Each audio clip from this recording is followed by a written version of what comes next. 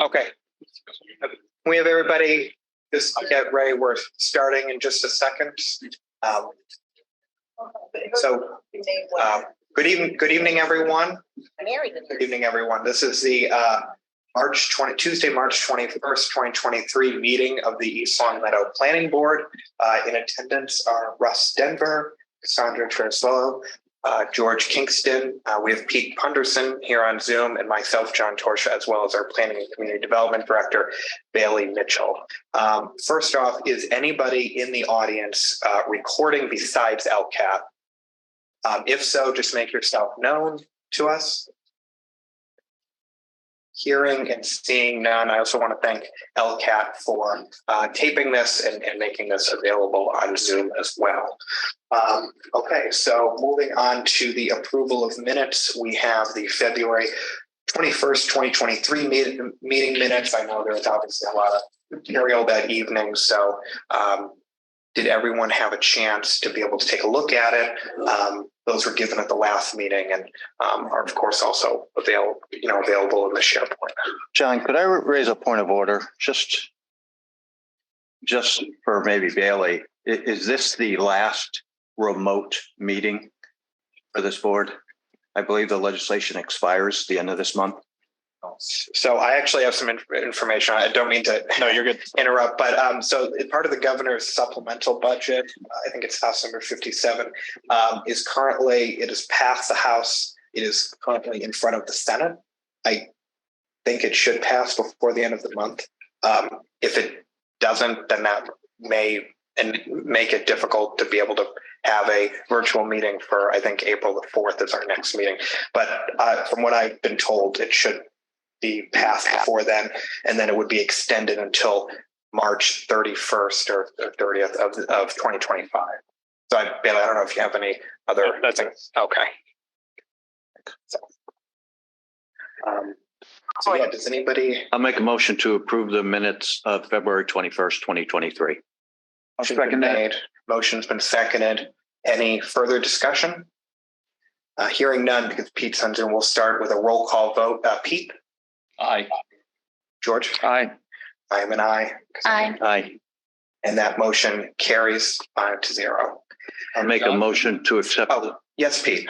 Just to let you know, the screen is freezing up now and then, so I'm not getting everything. So if it gets really bad, I'm just going to opt out of the meeting. But I didn't have any difficulty before, so hopefully it'll be okay.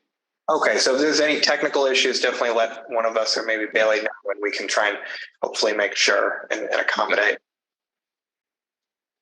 I'll make a motion to accept the March 7th, 2023 meeting minutes. I'll second. Motion's been made and seconded. Any further discussion on the March 7th, 2023 meeting minutes, which are available in the packet?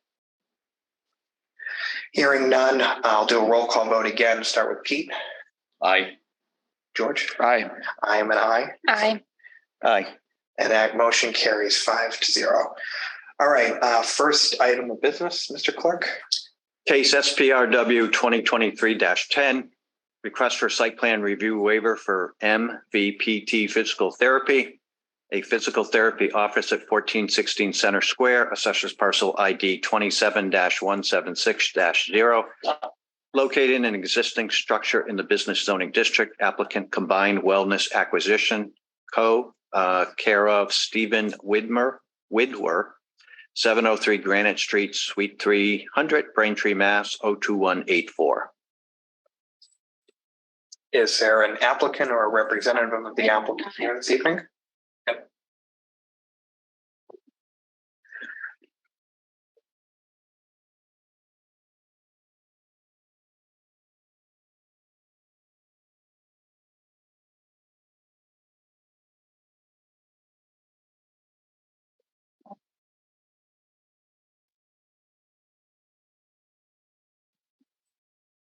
Good evening. Hi, good evening.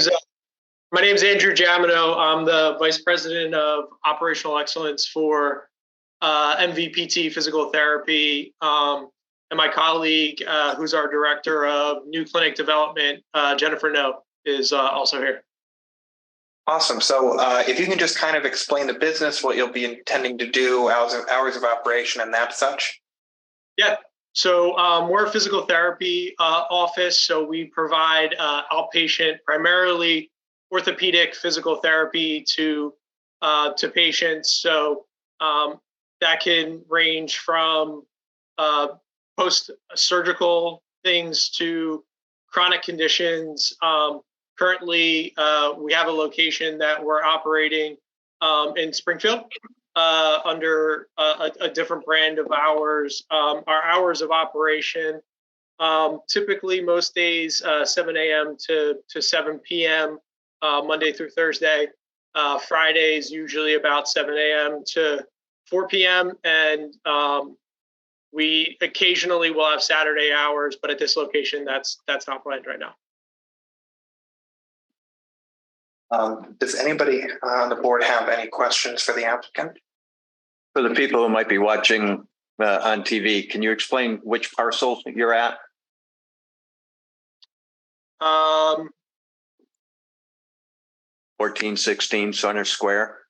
Yeah, so it Jen, do you have a picture or a diagram that you could show them?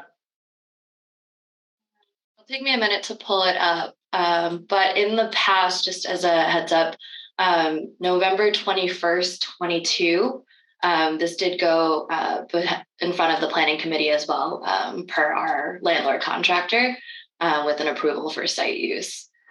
Oh, is this the former Pride gas station? Yeah. Yeah. Okay. All right, we got you. Okay. Thanks. Does anybody else have any questions for the applicant? I'll make a motion to approve. Second. Motion's been made, seconded. Any further discussion? We'll do another roll call vote. Start with you, Russ. Yes. Aye. I am an aye. Yes. And Pete? May have lost Pete. He's frozen. Okay. I'll give him a few more seconds. If you can hear us. Wait a minute. Aye. Okay, perfect. All right, and that motion carries 5-0. Thank you. Have a great evening. Thanks. Have a Thank great night. you. Absolutely. All right, next item. Case ZN 2023-01, petition by applicant to consider a zone change at 312 Parker Street, Assessors Parcel ID 75-5-0, a 1.24 plus or minus acre site from Residence AA to Residence A. Applicant's agent, attorney Joshua Levine, Levine Law, 56 Summers Road, East Long Meadow, Mass. 01028. Yeah. Does he need a microphone or? You should be all right, Jack. Okay. If you want to give him one so everybody can hear you, that'd be. I assume all these folks are here for me. All right, Josh Levine, Levine Law here in town. Thank you, Mr. Chairman, and to the rest of the planning board. I had the pleasure of representing Dr. Dominic Nardi to the zone change request. For context, and as explained in the petition for the zone change, Dr. Nardi owns two adjacent properties on Parker Street, 312 and 322 Parker. His daughter and son-in-law own a house on Rollins Avenue, and that abuts 312 Parker, the rear of that abuts. Towards 312 Parker. Dr. Nardi is asking the town to change the zoning classification of 312 Parker, Residence AA, where is a pre-existing non-conforming lot, to Residence A, so there could be altered the A&R plan, which would result in a conforming lot. This all came about because Dr. Nardi wants to give his family a portion of the rear land of 312 Parker. And as you can see on Exhibit A to the petition, 312 Parker is a probably shaped. Doesn't have much frontage. It's a long, skinny run back in the street. So it's difficult to utilize as is, and it'll be much better as a backyard for the Rollins Avenue property. Dr. Nardi has went through a number of scenarios to give his family the portion of the land. And the one with the most flexibility for him, and the one that will end up with a conforming lot for East Long Meadow, starts with this request tonight. So 312 is currently in Residence AA. And that zone requires 175 feet of frontage and 40,000 square feet in area. And since this is a pre-existing non-conforming lot, has 90 feet of frontage and has more than enough square footage for residence AA. And the petition would be to change the property to residence A, which requires 140 feet of frontage, but only 25,000 square feet in area. And so, as I mentioned, this petition is just the first step. Dr. Nardi also owns 322 in residence A, which has more than enough frontage and square footage to spare. So Dr. Nardi would like to be able to use the portion of 322 Parker, as shown on the proposed A&R plan as Exhibit D, to bring 312 into conformance with residence A. There are other solutions that Dr. Nardi could explore, but none are as elegant as his A&R proposal, I think. And none of them would be big as lot. And so this new property would be 182 feet for 312 Parker, would stop 312 Parker from standing out as a lot in the neighborhood that has a very small frontage to one that has frontage in line with the other houses in the neighborhood. And it would also give any owner of 312 the ability to improve the house, so it's much more flexible. The 322 would be left as a conforming lot because it would still have the 140-foot frontage. And then just three final things I want to bring up while I'm up here. Residents AA and A have the same permissive uses, so this petition, if granted, would not give any additional rights to Dr. Nardi or any other owner. And second, as shown on Exhibit B, zoning border goes directly between 312 and 322. So this is not making a petition to have a zone in an island of a different zone. It's just moving the border slightly. And finally, for appearance's sake, if this petition is granted, after the A&R plan, 312 will have 182 feet of frontage, which would actually put it in line with residence AA. So in sum, this is a petition asking the town, and a planning board recommendation would certainly help with that, to have the non-conforming lot through an A&R plan will be possible through this request to be turned into a conforming lot. Thank you. Any questions? Happy to. Oh, yeah, it looks like the setback requirements are there. Does the board have any questions for the applicant? All right, concerns? George, you're okay with this? I'm great with this. I mean, AA zoning is obsolescent actually, because it was created for a specific reason that no longer exists, which was we didn't have sewers in that part of town. But it makes perfect sense to me to do this. Well, because this is a public hearing, we are going to open this up to the public. So if anybody has any comments on this case, if they can just make themselves known or come up to the desk here, or if anybody on Zoom. Hearing none, I will, I'm sorry. Yes, you can come up to the front. And it's going to sign in. And just, if you can also sign in, and Behind there's a piece of paper, you can do it after. Okay. Yeah. So my name is Patrick Grant and I live at 300 Parker Street. So 2 houses down. My concerns are a zoning change would allow that property to build differently as far as close to the property line, setbacks and whatnot.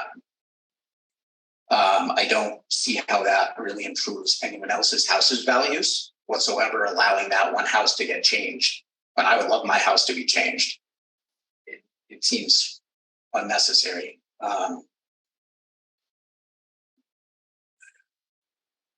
The property losing acreage, changing the value of the property for, in my mind, no real good reason. The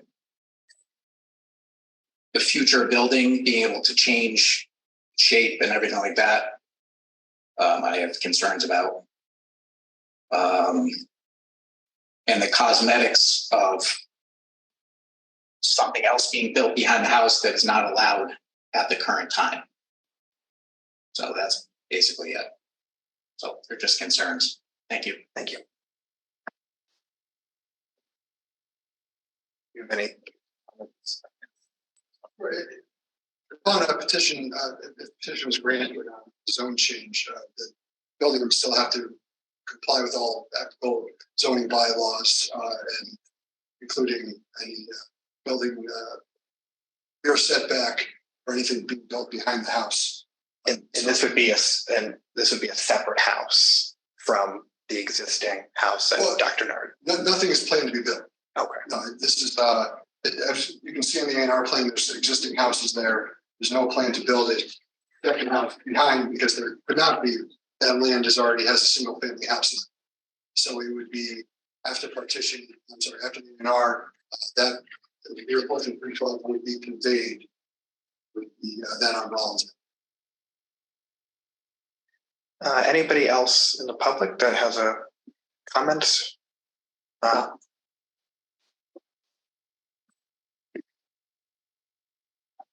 My question is, at this point, with the change, is that when he'll be able to take that land and give part of it to his family that lives on Rollins Street? Will this allow that to happen?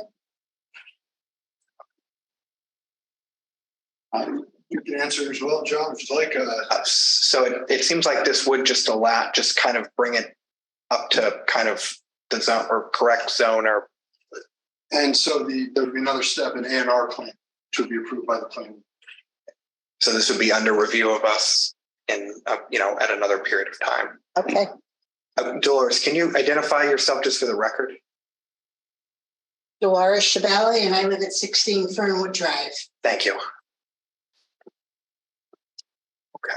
Okay. Any other comments from the public? Hearing and seeing none, I'll bring it back to the board. Make a motion to approve. Sorry, we have to if we close. Make a motion to close the public hearing. I'll second. Thank you. Motion's been made and seconded. I will start with any further discussion. The motion. I'll start with a roll call. Pete. Aye. Okay. George. Aye. I am an aye. Aye. Aye. Yeah. All right. Now it goes back to the board with pleasure. So before you make a motion, so I just want to get this perfectly clear for the record.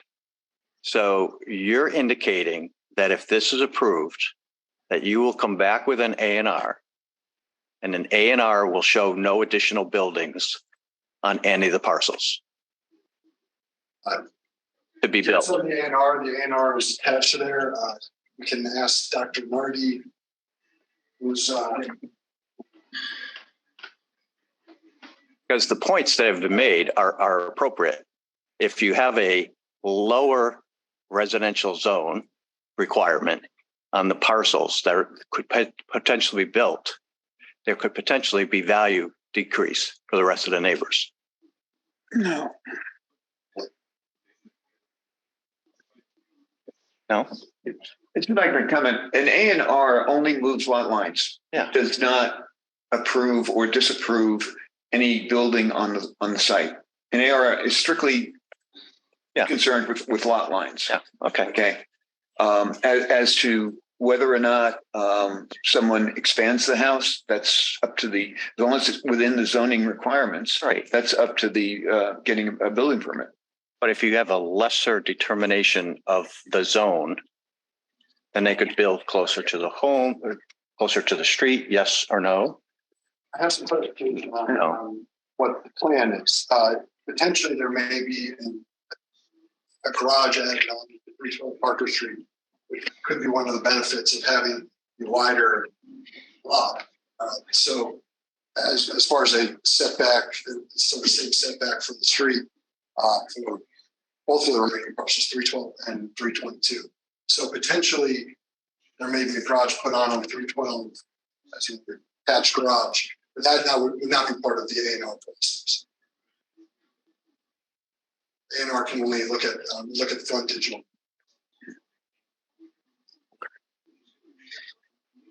So how do we? I'll make a motion to recommend the zone change to the town council, which is the body that actually votes on it. Yeah, so just as anybody's informed, this would be recommended and then brought back to the town council as it was referred to us from the council's January 10th, 2023 meeting. As a question. Oh, Pete, I'm sorry. I'm not in favor of setting precedences, and that's what this does. I completely understand the desire of the homeowner and the landowners to clean up the lot and possibly make it easier for them to put up a garage. But when the person next door to the left, who's in AA, wants to change it to A, are we supposed to do that also? So I don't find it a positive recommendation to approve this from my point of view, as it sets a precedent. We came upon the same thing with a gentleman in a swimming pool that seemed pretty innocuous. But if we okayed it, that would have okayed everybody else to put a swimming pool in an area where it wasn't, originally approved. So I just think it sets a precedent that we don't want to go into. That's my own personal view. And understanding the needs of the homeowner, understand that. Just want to add, so a motion was made. Is there a second to that motion, or just so that we can purpose the discussion? I'll second George's motion. Okay, motion's made second. So yeah, I definitely understand that. I mean, I guess, and Ben, help us out here, but I believe there's no, the permissible uses aren't different from A to AA. If you want to just add to Just the lot size requirement.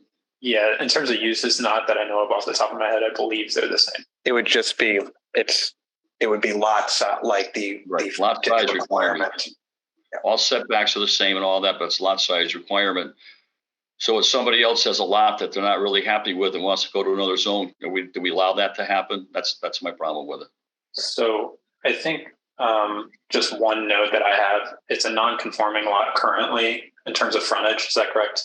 That's correct. So, and then I believe the zone change would make it a conforming lot within that zone. No, it would not. The zone change and then the A&R. And the A&R, okay. There is no possible A&R Without the zone. without. Okay. So I think it seems like that this is sort of, I don't think there's many other lots in this particular situation that are not conforming. And I think it seems like this would just pave the way for this circumstance, but not for somebody, down the road to just randomly, want to change it to, a different residential zone. Is my understanding. I don't know if anybody has any other. Yeah, I think in this circumstance, the lot is adjacent to the single A zoning already. Yeah. And so it's not like an isolated lot in the middle of a different zone. It's adjacent to the zone that they want to be in. And as I say, the AA zoning was put in way back when. And the lines around it were somewhat arbitrary, depending on where the sewers were at the time. And so I don't have any difficulty with this. But I do absolutely respect. I mean, we can't be making precedent that then would be created where other people can take advantage of that and not have the most maybe sincere intentions based on what we would recommend this evening or not. Does anybody else have any thoughts? There's a motion. So. Motion has been made. Motion has been seconded. No further discussion. Seems so we'll vote on the motion. So I'll do a roll call vote. Pete? Nay. George? Aye. I am an aye. Aye. Nay. Okay, and that carries 3-2. And this will be recommended to the town council for their final decision. Thank you very much. Okay. Perfect. Next item, Mr. Clerk, if you can read the next item. Case site 2022-07, request for a site plan review. The construction of a warehouse building and associated site improvements at 330 Chestnut Street, assessors parcel ID 18-38-0 on a 40.35 plus or minus acre lot in the Industrial Garden Park zoning district. Applicant East Long Meadow Redevelopers LLC, 1260 Stelton Road, Piscataway, New Jersey, 08854. Continued from 9/20/22, 11/15/22, 12/20/22, and 2/21/23. Okay, so I think how I'm going to start off is just very quickly recap. We left the last meeting looking to, as a board, discuss potential conditions. And Bailey has very thoughtfully put together a great memo to kind of outline some options for the board. And I would just pass it along right now to Bailey to maybe give a kind of a brief overview of the memo that the board was able to. So this memorandum was developed with extensive review with the town staff, including DPW, the police, fire department, and those comments, that were relayed to the applicant throughout that process have also been submitted to the board and posted on the town's website with all the meeting materials that we've given to the board for their consideration as well. So all of these things have been made public. All of these things have been available to you, all of you, throughout this process. And with that, the recommendation is made to the planning board to, one, expressly state findings for each criteria within the standards for review for the site plan review in our bylaws. And then secondly, recommendation for the board to approve the site plan review with recommended conditions. The reason for that is because it is a site plan review. It is a non-discretionary approval from the board, and rejection of a site plan in this case where, or in any case where the use is a by right use, it is an extremely high hurdle for the board and would very likely be appealed and cost the town some significant amount of money in terms of defending that case. So the recommendations in terms of specific conditions, I'm not going to go through all of them, but one note is, or a couple of notes. One, there are a few conditions in here that were developed directly from the recommendations of our peer review consultant. And the third recommendation, or the third condition, is a written agreement that the developer came to the town with, and they're willing to give a certain amount of money, or for the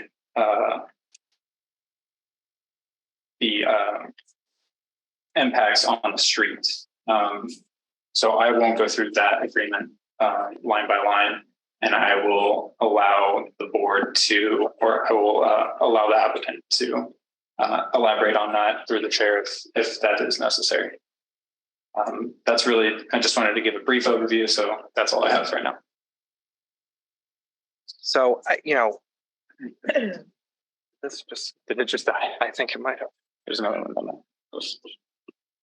Yeah. All right, can everybody hear me on? Okay, perfect. So where I kind of come from this, studying the materials that have been given both by the applicant, by the attorney representing Fields Chesson, other public comments that we've received, it's clear, and I want to read from a memorandum that we had gotten from the town attorney dated back in October. And it's important. There are three options that we can consider. This goes for any type of review of a project similar to this. And I'm going to read these quickly here. It may reject a site plan that fails to furnish adequate information on the various considerations imposed by the bylaw as conditions of the approval of the plan. So if the certain materials, that we find aren't furnished, it may impose reasonable conditions under a bylaw's requirement in connection with approval of a site plan, even if the conditions are objected to by the owner or are the cause of added expense to the owner. So that is something that we're looking at with these conditions. And then the third, it may reject a site plan that, although proper in form, may be so intrusive on the needs of the public in one regulated aspect or another, that rejection by the board would be tenable.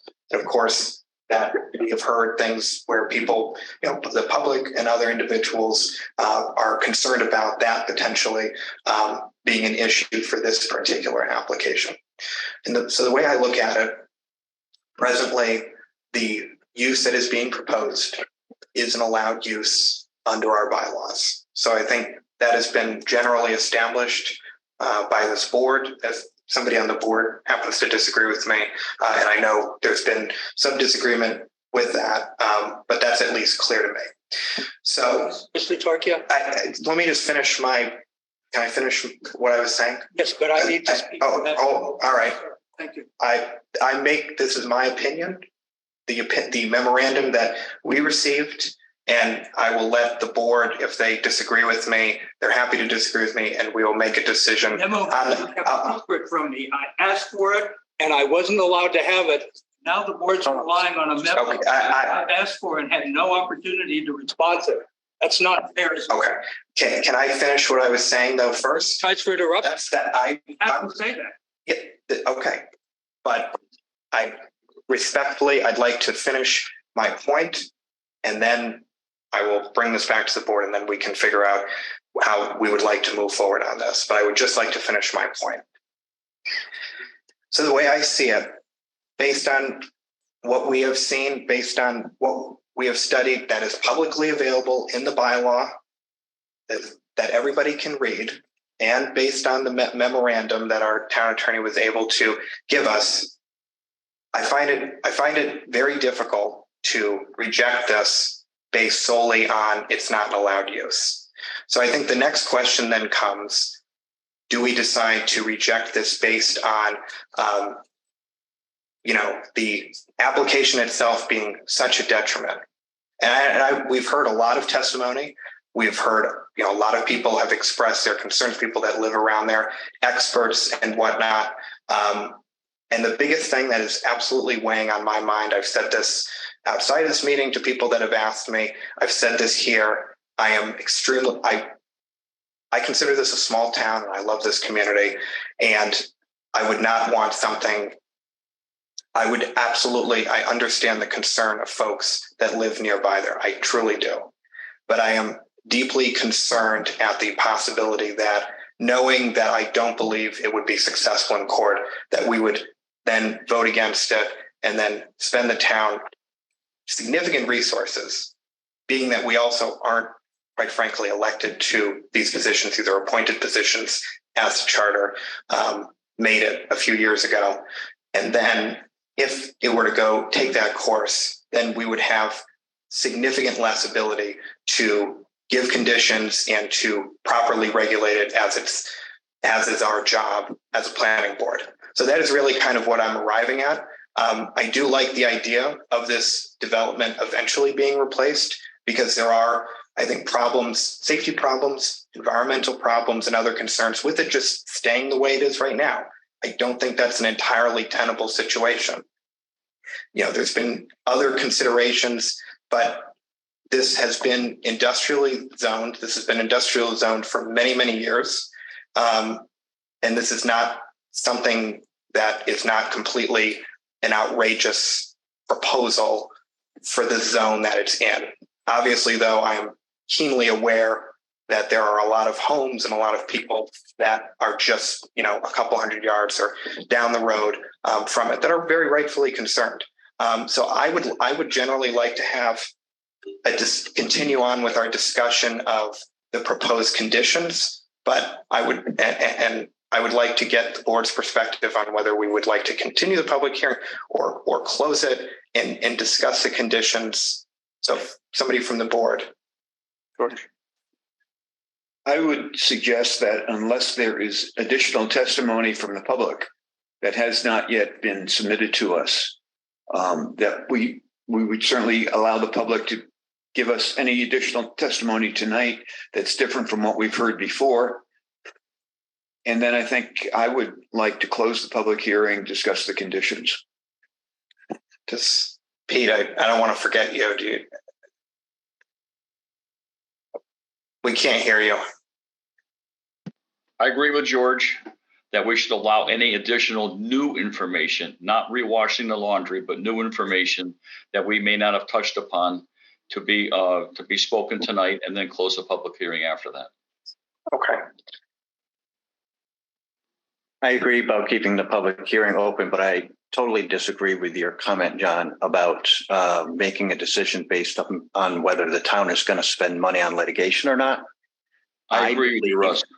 I believe that I've not heard anything differently from the original narrative that they submitted with their application. They talked about 100 trailer loading docks, 149 trailer parking spaces, 254 vehicle parking spaces.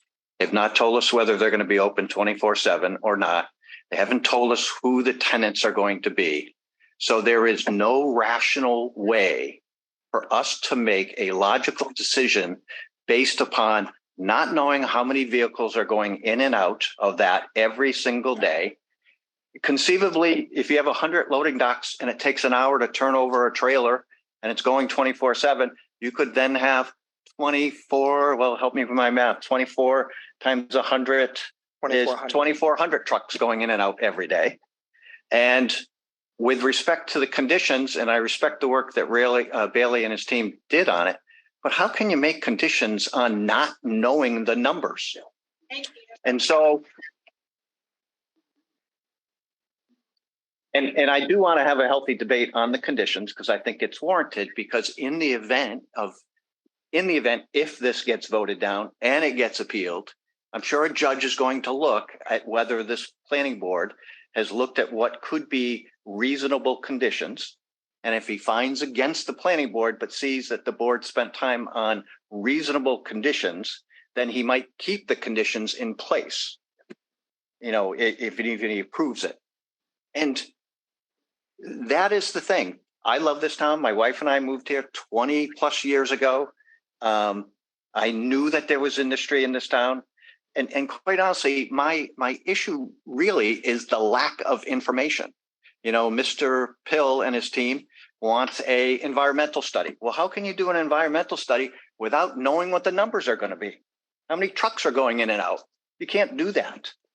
And the other thing is you could legitimately reject it, even though it's proper in form, but it may be so intrusive on the needs of the public in one regulated aspect or another. That regulated aspect, which is part of the purpose of our zoning bylaws, is to deal with the convenience and safety of vehicular and pedestrian movement within the site and in relation to adjacent areas. Well, Shaker and Chestnut, nothing more adjacent than that. Bike path, nothing more adjacent than that. So yeah, until there is a forthcoming of legitimate numbers based upon evidence and facts known to us, I don't know how we can move forward.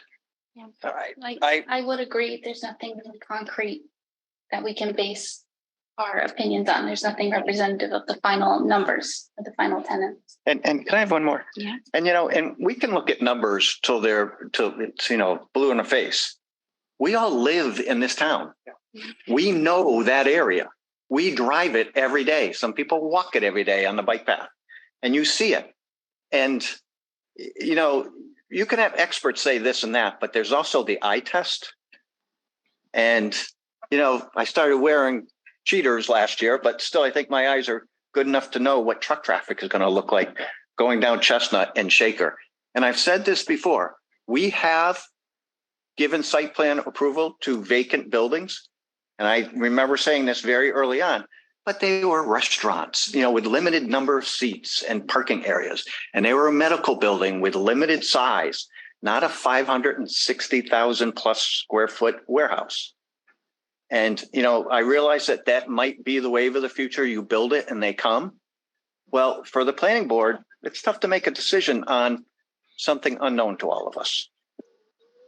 And I absolutely get that. I mean, I'm not, particularly one side or the other. I think my main concern would be I don't believe that rejecting it solely on it being not being an allowed use, I don't think that would carry water. But I think, if we go through a condition, I think it would be healthy to go through a condition discussion. And if we still don't feel confident, then that I think is understandable.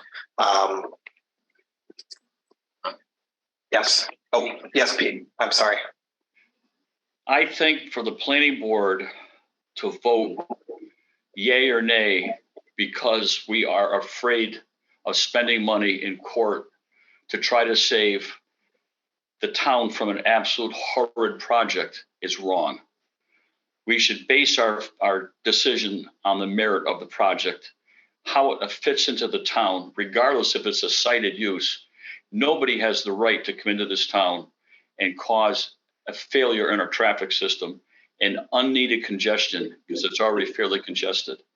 So those are my views. I think we ought to discuss this thoroughly, not thinking about getting sued by the petitioner and spending money. We need to look at the value of the town, not the value of litigation. I 100% understand that. But in my opinion, that is one consideration that I like to make with a lot of projects. And we've had projects that we've brought to litigation previously, and that's weighed on my mind. So that's not saying that's not solely the reason. At least we're fighting for our town, which is what the planning board is here to do, to provide a peaceful living for people in the town, to provide less congestion and an ease of movement in the town, which this project has no merit. Even assuming what it's going to be like, it has no merit in that direction. I absolutely understand that. Just one more thing. So I've been on the planning board, I think 5+ years. I've been sued 6 times as a member of this planning board. So, Pride Fuels has sued the planning board 3 times since I've been on this board. PLH, we spent a lot of money, and Mr. Pill represented the town on that issue. We've been sued twice by PLH over a solar issue. I mean, we were threatened with additional lawsuits. And so why this is any different is beyond me. We should all be treated the same. That is fair. I just wanted to, I think, hopefully just inject that layer of thought that at least I was having. But that's not based on the merit of the project at all. It's just based on fear, and that's wrong. I think it's also, Pete, I did, looked at kind of what the bylaw said and just kind of considering the project holistically. But again, that is my view. There's 4 other members. I'm, more than happy to, if members disagree, if the public disagrees, I completely understand that. And I would invite, if the board would like, I would be more than welcome to have a continued discussion. I think obviously, and this will be an important thing. If we believe, we're concerned about the numbers, we're concerned about the estimates because there's not there's not a tenant presently, then quite frankly, then we may never arrive at good conditions because, if we don't know that, then it would kind of probably, we wouldn't be able to get to yes or get to an approval. But that's something we have to consider because previously vacant buildings have come or buildings have been built for spec. This is a much bigger building though. So that's something to consider. I would just like to get maybe a sense from the board directionally where we would like to go. Would we like to continue the public hearing? Would we like to close the public hearing, discuss conditions, or we could also discuss conditions and, continue to keep the public hearing open? I'm open to both. The last one. When we left last, we said that we wanted to set aside time in public to discuss potential conditions. Let's do that. Yeah, I absolutely agree. Okay. And let's not do it out of fear that we might get sued. Let's do it out of looking at the project. The way you have to look at this is it's undefined. There are a couple of things that are defined. The size of the building and the number of the docks. So if you look at the total potential, which is what they wanted to do is have the full use of the docks of the building. If you look at what that may bring forward, there are numbers that deal with that. How many times the dock turns over an hour, so forth. So we have to look at it with the potential of what could be brought to us because we don't know. So we have to look at the full rate and in the worst possible conditions. Look at the whole thing happening in the middle of the winter, 3 days before Christmas, with an inch of snow an hour, and trucks moving in and out, and traffic moving in and out, and people trying to shop and go places. We have to look at it in a much broader scope than we're looking at it. What's the full potential? What's the full impact upon the town? And I find nothing in all the 161 pages that were delivered to us from Attorney Pill. I read a lot of it. And there isn't one thing in there that supports any of this being a positive direction for the town. So hold on. So then so I do understand that, Pete. So would we like to right now talk about conditions amongst ourselves? Would we like to open it up to the public right now? How would we kind of want to proceed? We are still, the public hearing is still open. Would we like to open it? So I think what I'd like to just maybe get some indication from the petitioners, would you accept conditions? I don't want to get into it. That's a yes or no. That's not a big, long discussion.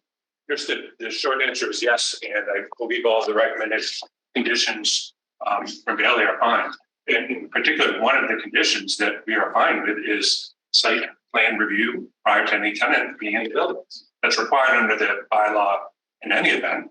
So the question as to the unknown tenant and the numbers, you have protection under the bylaw, but we are perfectly willing to accept a condition that requires us to come for site plan review once the tenant's identified.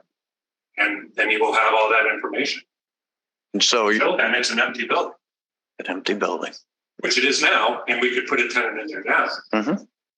So it doesn't change the current situation. But it's hard to get tenants without having a building available for them. So the town is fully protected. I just also would like to just quickly say I do understand what a few board members have said, but I'm not scared of anything. I think I just want to weigh all the options out. And I think that is a perfectly reasonable thing to weigh out, to throw out to the board. And again, it is my opinion, but this notion that I'm, if we had sued 10 times, then that's fine. But I just want to know that going in first and have that at least be said for consideration. That is all. Jen, I would like to make sure that the report we recently got from Attorney Pill regarding air quality and such is part of the public record and of this hearing, and we take that as testimony. Having said that, he's here tonight. He came from Eastern Mass to speak to you. yes, and having said that, if the consultant is here, the hearing is open. If you throw it open to the public, then we will hear from the consultant. But beyond that, I don't see that there's a whole lot more testimony that is out there. So I'm getting a sense. So I guess if the board is okay with this, perhaps we can hear briefly, considering Attorney Pill's representing a large number of the individuals or the abutters of the people potentially impacted, and then the individual that did the air quality study, and then let's perhaps bring it back to the board for further consideration of where we would like to go beyond that. So I will. Would you also like to? You can, Potentially prior to that, comment on some of the discussion. Okay, I will allow that quickly, right now, and then Attorney Pill. So I object to that. I object to the fact that when we adjourned the last meeting, we said we were going to sit here as a board in front of the public and discuss the conditions. Let's discuss potential conditions. And then if people want to, I'm saying we're going to talk about the conditions. Okay. We're going to talk about the conditions first, because the public might be interested in knowing what they are. So, okay. So, all right. I think this establishes where we want to go. So would we like to, do you think it would be fair to read the conditions that we have in this memo for the public and then discuss them? and then discuss any others we would like to add to that. Yeah. Would that be fair? Yes. I can read them in, or Russ, if you Please. Okay. Okay, so this is a memo that was recently prepared. It lays out 15 different, and again, if anybody can't hear me, please definitely let me know. Mr. Chairman. Yes, Pete. I don't want to sound that I don't want to hear from you, but Russ's voice comes out so much better on my audio, at least. If he could bring it forth, I would really. Oh, you're killing me, Pete. No, I know. I hear what you mean. All right. Sorry, Russ.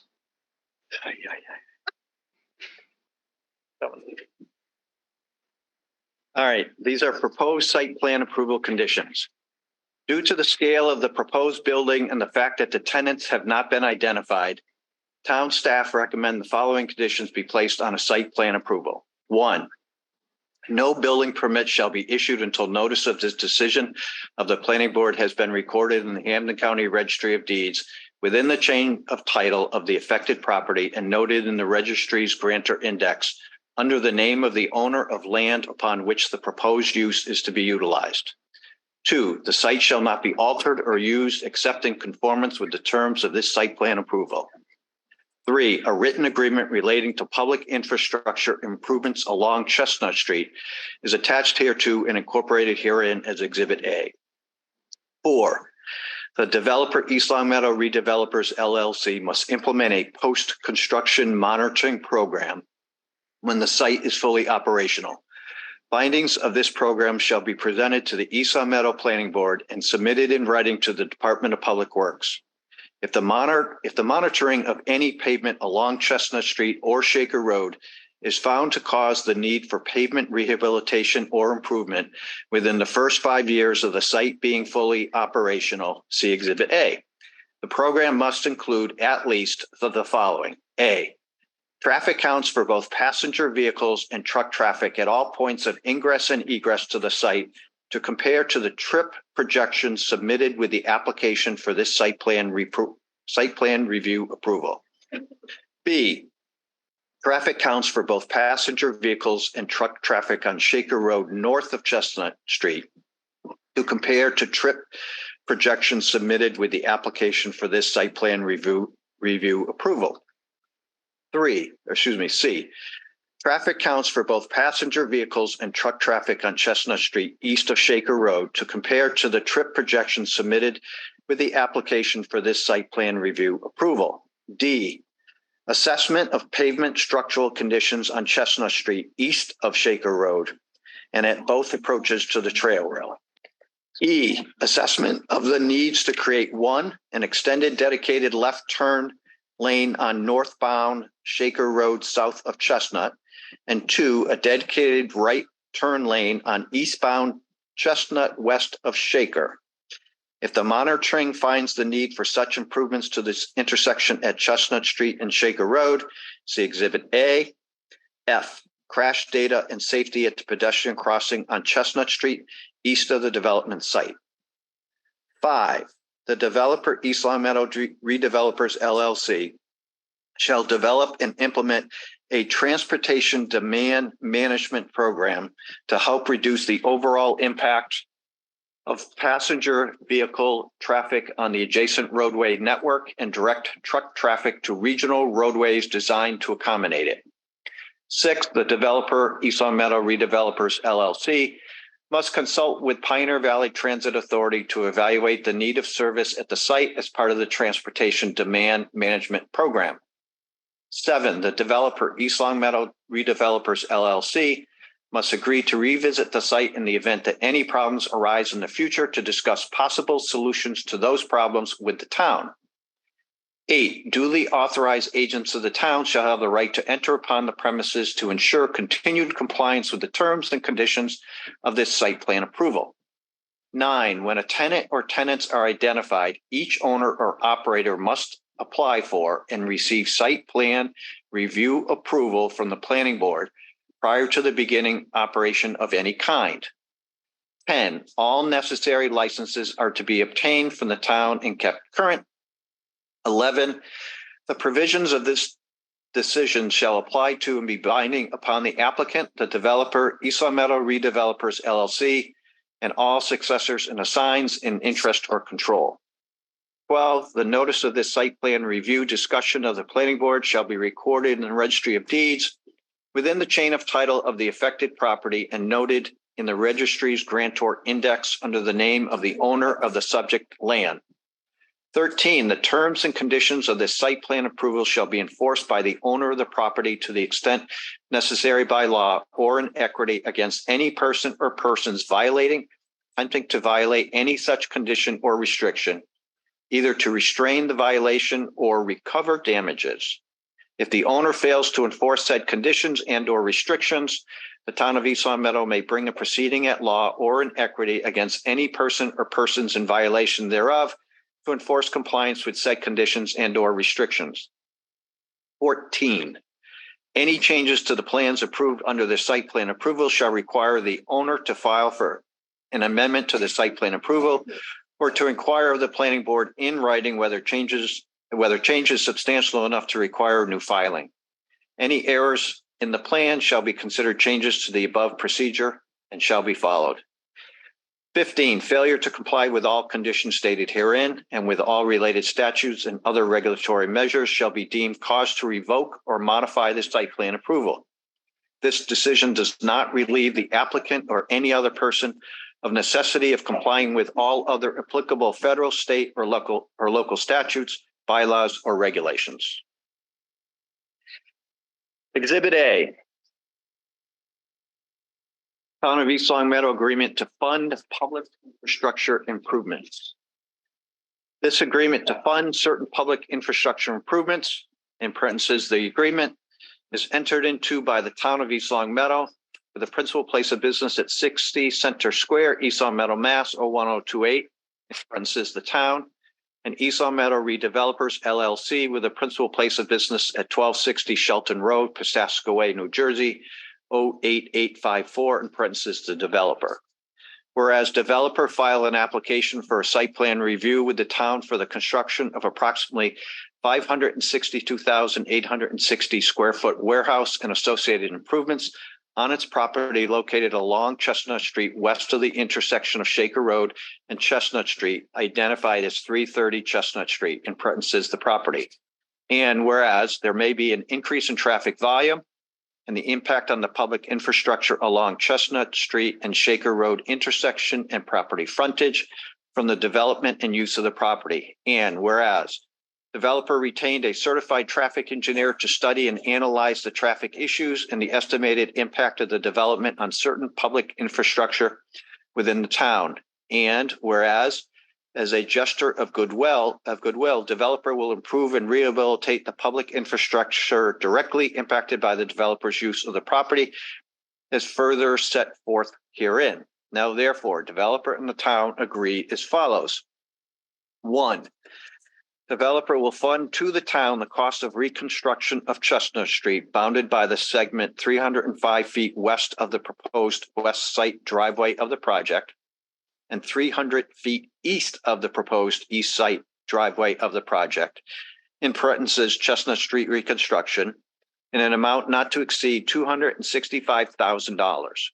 The Chestnut Street reconstruction incorporates the pavement area included by the minimum stopping site distance, in parentheses, SSD, requirements for vehicles approaching the west site driveway, east site driveway along Chestnut Street, based on the 40-mile-per-hour speed limit.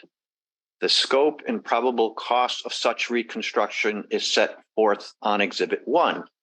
Developer's obligation hereunder to fund the Chestnut Street reconstruction will mature upon the expiration of any and all appeal periods following the issuance of the site plan review approval by the planning board.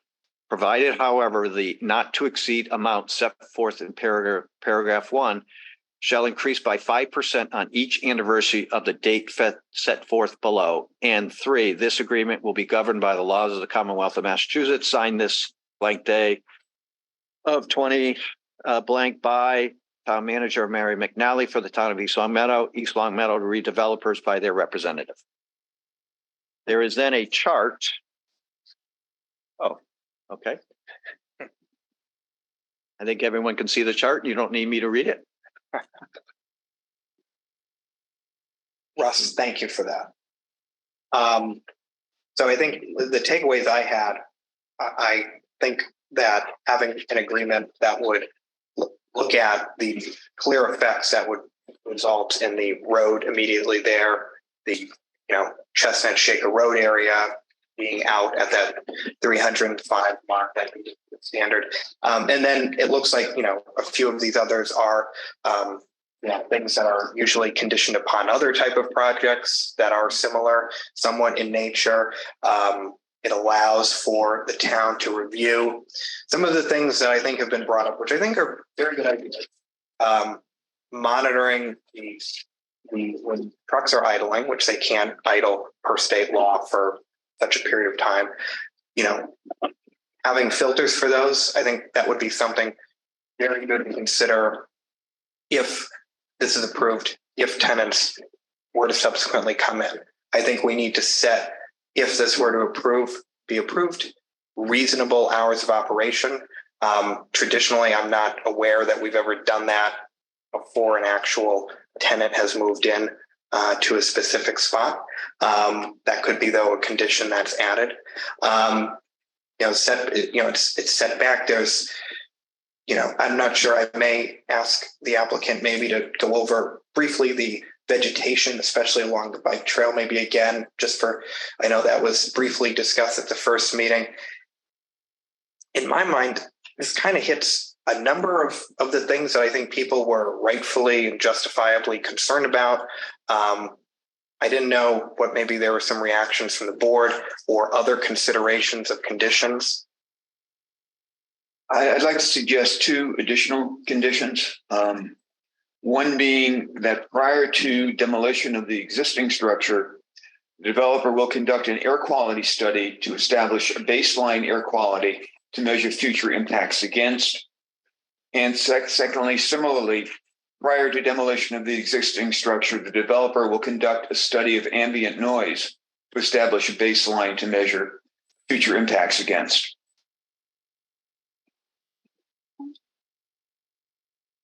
I don't want to forget about you, but I didn't know if you had any reactions to the conditions of the ones that George proposed. I read the conditions earlier, and I thank Russ Denver for doing that in such a great manner. And I like what George has had to say. I think those are great standards to bring forth at the beginning. I'd like to add that there be no left-hand turns made out of the property upon leaving the property. No left-hand turns down Chestnut Street. It can go down. Take a right down to what would it be, east on Chestnut, south on Shaker Road. Take a right-hand turn on Industrial Drive and head down to the intersection of Dwight Road that way, rather than constantly using Chestnut Street. So my suggestion would be that there is no left-hand turn allowed out of the property. So can I address that? Yeah. So Pete, if I could, Sure.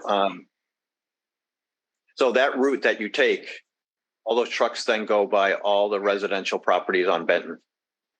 Yep. So you're picking your poison. I know I'm picking my poison, but I'm picking it because there's less impact there. If you're going to look at this project, you have to look at the least amount of impact, and I think that has the least amount of impact on residential areas. Because on Benton Drive, there is one housing project that is there, but it certainly doesn't compare to the density on Chestnut Street. And I think that the roads are more suited, and they were built in a different time, are more suited for heavy truck traffic. Industrial Drive and Benton Drive are definitely, I'm not going to assume, but I would think that they are built to a different code or standard than Chestnut Street was back in, who the heck knows when it was built. It was dirt when I was a kid. So that's my suggestion. I just think that it eases a whole lot of problems for a lot of people in a heavily residential area. It doesn't change what's going to happen down at the intersection of Dwight Road, or the poor people down in Long Meadow. They're going to have to suffer through this, or the intersection or the stoplight at the end of Long Meadow Street heading down to Route 91. It does nothing to mitigate that. And I feel bad for the people that are going to have such a negative impact upon their lives and their homes and their values. So can I have that back? So the absolute best witness that we've had during all these discussions, and I can't remember the individual's name, but he is the truck driver who's won all the national awards. Yeah. And he made it abundantly clear that GPS sends trucks on their way and they follow GPS. So although we can encourage, trucks to go that way, there is no guarantee. I don't think we can reasonably expect the East Long Meadow Police Department to sit out front of this project and direct traffic when they have so many other things that they rightfully need to be doing. So I worry about that.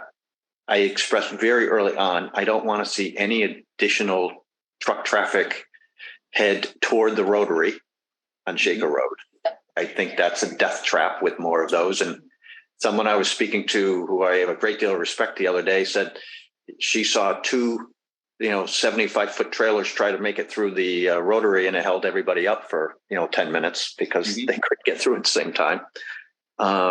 So I'm a little concerned with that traffic pattern, but certainly respect that proposal.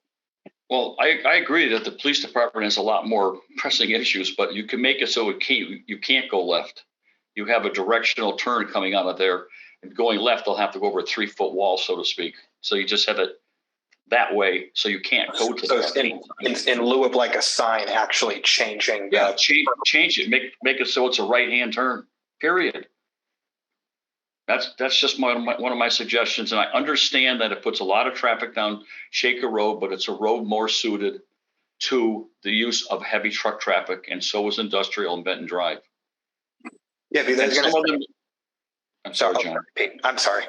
No. I'm just going to say a lot of the traffic's going to be going down to Route 91 South anyway, so it's the northbound traffic that we're worried about. And to double up the traffic on Converse Street, it's just a horrid thing to do to your neighbors. I totally get that. My only thought was going to be if you were just proposing, I think, a sign. Unfortunately, I think based on the testimony, I'm not sure how many truckers would actually follow just simply a sign. But I guess if there was a curb cut change, then it would be a lot maybe easier to have compliance. Something like that. A radius exit so you can't go left. But I believe the truck driver also told us that right-hand turn going down Shaker, they would have to be in the other lane to be able to make that turn. So then you would clog up that entire street. So they should put a right-hand turn, a specific right-hand turn lane in as part of their project, which means taking land from people that own the land on the right-hand side. Both lanes up. Yeah. Just you see, no matter how you look at it, it doesn't work. So I'd like to also I think, George, you mentioned last time about having a filter system when the trucks were idling. Yeah. Yeah. So I don't know if you just mentioned that again. And because I was reading all of it, I can't remember what everything was, but were we also discussing improvements at the bike path so that there would be a pedestrian trigger, so the traffic would stop? And I think the other thing is, what's the possibility of a traffic light coming out of that site so that would then limit the number of vehicles going onto Chestnut and then going down to Shaker over a period of time? So, if there's no traffic coming and you have 5 trucks go out and they're backed up, if you had a light and it was synchronized to the point where 2 trucks could go out at a time, that might alleviate some of the traffic at the intersection. Like at the bike, where the bike path. Well, no, actually, when they're coming out of their site. Yeah. This is some of the stuff that I still think we need some action or some reporting on. So those are just a couple of things. I'm sure I'll think of a couple more. Yeah, I don't see that as being a bad problem, because I know that it looks like some of the in the agreement would add sort of some additional white lines, obviously assist with the pavement that would likely get degraded. And obviously because of the nature of it being so close to the bike path, while we're considering this, I'm not sure if the board would be okay. I just would like to have maybe the public hear a little bit more about the vegetation quickly, just like a quick recap. And I just would like to just ask for that, and then we can bring the discussion back, unless anybody had further conditions. I just wanted to quickly touch upon that. Yeah, I do. So on the issue of money, so it appears that there would be, based upon what I just read, a sum of about, we'll call it $265,000 for road degradation. But during the traffic report, it said that Shaker Road intersection would end up being a failing number or failing grade. But with some mitigation, you could bring it back to what it currently is. I think it's an E. Yeah. An E? Yeah. So who's going to pay for the mitigation? Number one. So, no, I'm just putting it out there. So who would pay for that? And why isn't that factored into this number? I think the number $265,000, quite honestly, is very low. Very for low. all of this. I mean, for a very long time, I was on the town finance committee, and just to do a quarter of a mile of a sidewalk cost hundreds of thousands of dollars. And so I think we're underselling ourselves on this. Russ, I'm sorry. Go ahead, Pete. Russ, I agree with you. And what we're not thinking about is a completion date of 2029 and 6 years down the road. So what are costs going to be then? $250,000 isn't going to do diddly. If things increase in price as they have over the past 5 years, think of what a mile of road will really cost back then, or at 2029, or 10 years later, when it's really deteriorated the road system. You're looking at hundreds and hundreds of thousands more than $265,000. I've been around road construction. I know what it entails. Yes, yeah. So just a point of clarification on the agreement.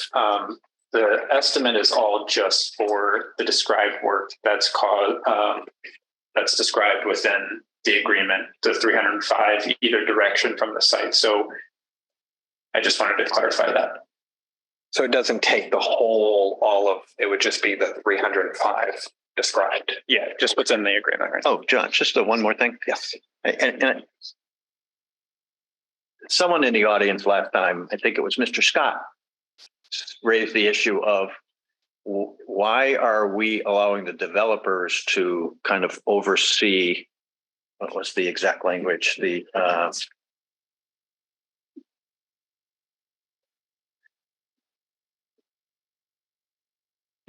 developer, East Long Meadow redevelopers must implement a post-construction monitoring program.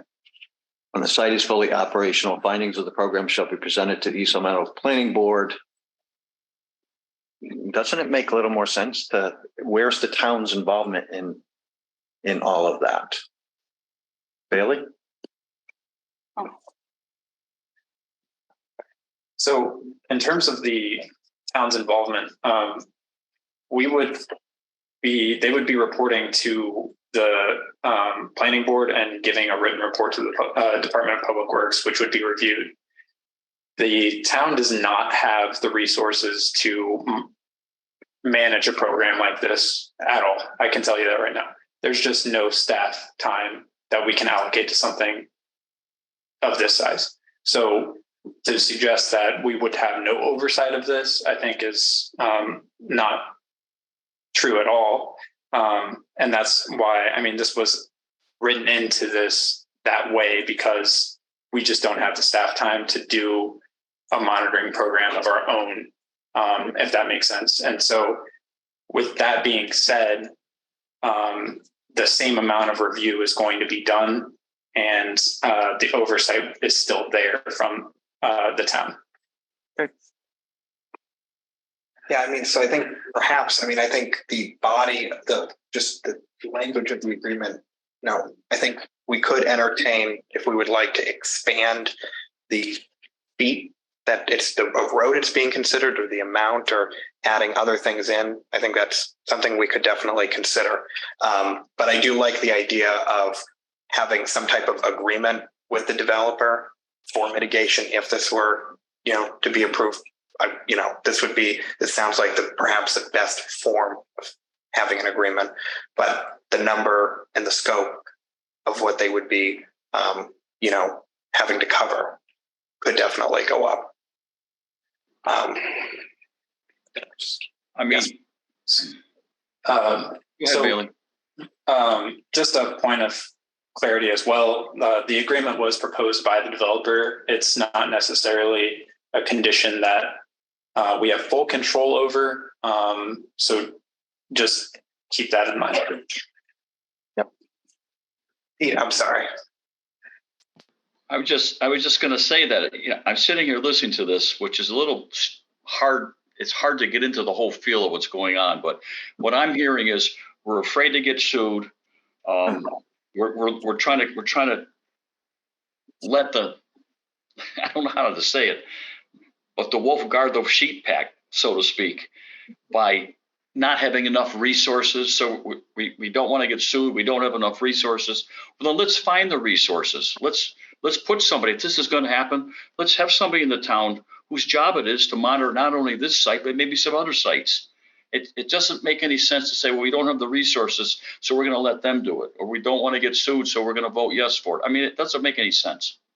I agree with that. I mean, I think it's also fair to put at least the realities of what it is right now. And absolutely, if we want to, advocate or push for, further resources or staff, that absolutely, I think would be a wise idea, especially if there's other developments to consider in the future. Bailey. Just a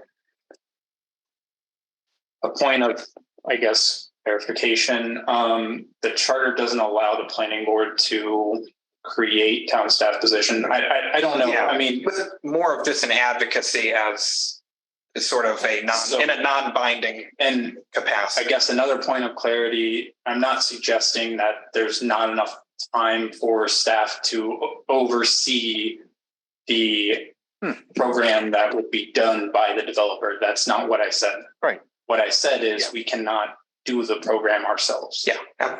Because of it's multiple full-time jobs. And that's engineers and the resources of finding those the talent to fill those positions as well is just, you're talking years. Yeah. I don't even know how to continue to have this part of the discussion other than to say that I don't think it's fair to make those points.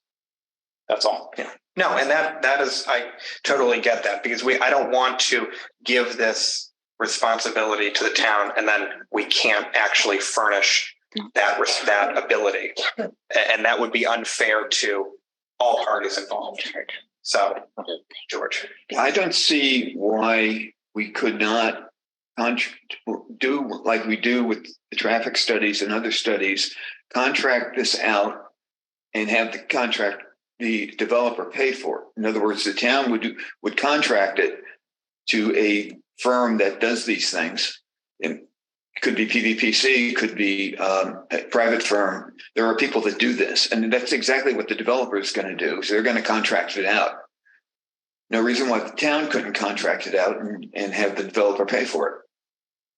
Yeah. So I will say that, again, that does come down to staff time as well. The amount of time that it takes for me to go back and forth with the peer reviewer and all of that is a lot more than the developer doing that and then reporting to me or the Department of Public Works and the planning board. Again, that's just oversight and time that we don't have. Mr. Chair, can we move off this item? Let's move off this to specific discussion. Yes. We're not going to resolve that right now. Can I add one more thing? So I just want to make this clear from my point of view. So my questions here and my concerns have all been based upon the fact we don't have sufficient knowledge or information. It has nothing to do with the specific site in question or the size or the use. It's the lack of information. And so, you know, people moved to Fields of Chestnut knowing that a third of a mile down the road, there was a commercial land there that could be used for something. This may not be the right something, but certainly something that's properly allowed by use could go in there. And it's the lack of information that drives the environmental issues, the use of the roads, the burden on the roads, the safety at Chestnut and Shaker, all of that. So just want to make that clear from my point of view.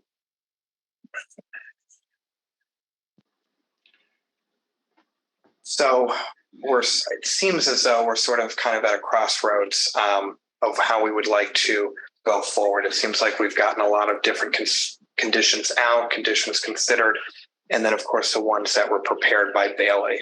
But it does seem like the sense is, in my opinion, that it feels like the overriding concern is that there's not enough data.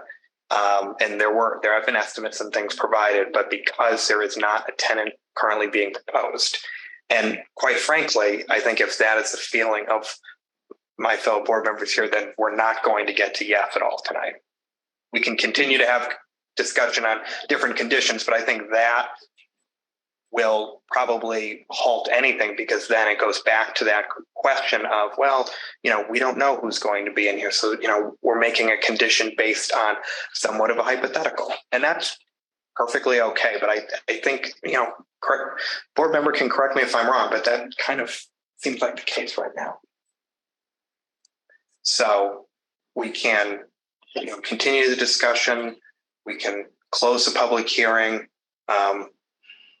What's the pleasure of the board? Because in my opinion, I've sort of I think we've dedicated a lot of time to the public being allowed to comment. So there's not new information that would really ultimately significantly sway my opinion.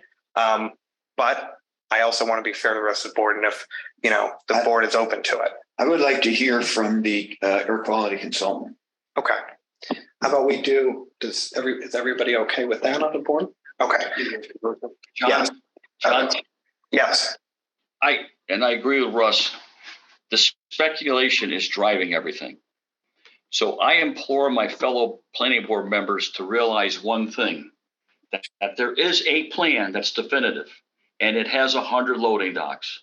Regardless of who's there at what time, I think that the proper way, at least from my mind, is to look at what the potential of the absolute given plan that has 100 loading docks can present to the town. And I think that's the only way you can really look at it at this point in time. There are 100 loading docks. They want to use them all. What does that involve in a normal environment, trip-wise, and so forth? I'm not going to say any more, but I think that we have to look at it that we definitely know there's 100 loading docks, regardless of who's there, whatever. Yeah, I think that at least gives us some operating. Yeah, I think we don't know exactly, but there is, I think, a fairly decent range.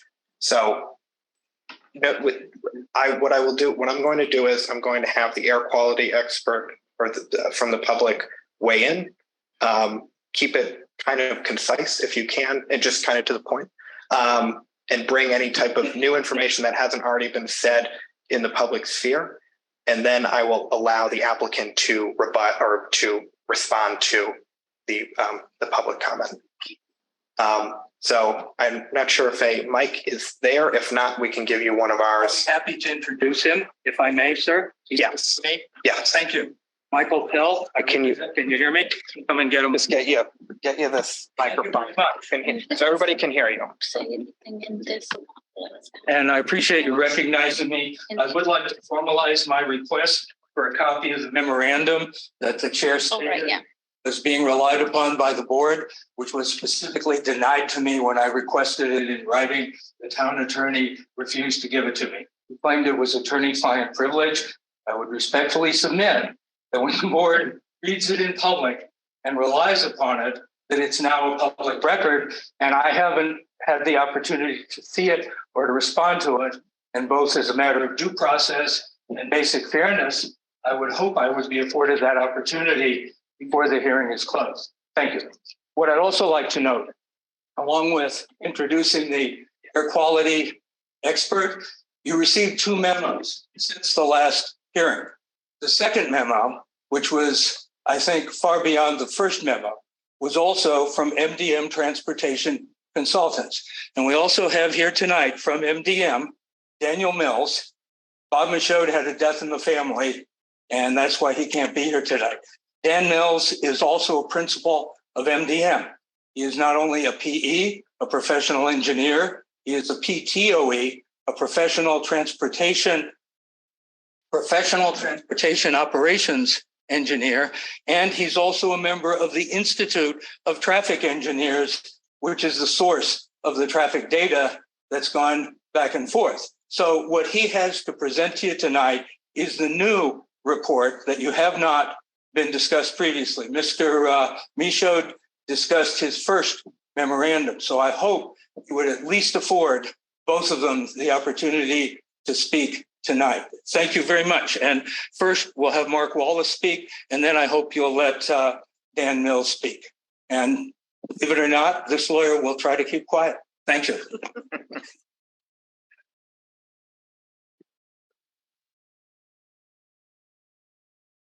Good evening, Mr. Chair.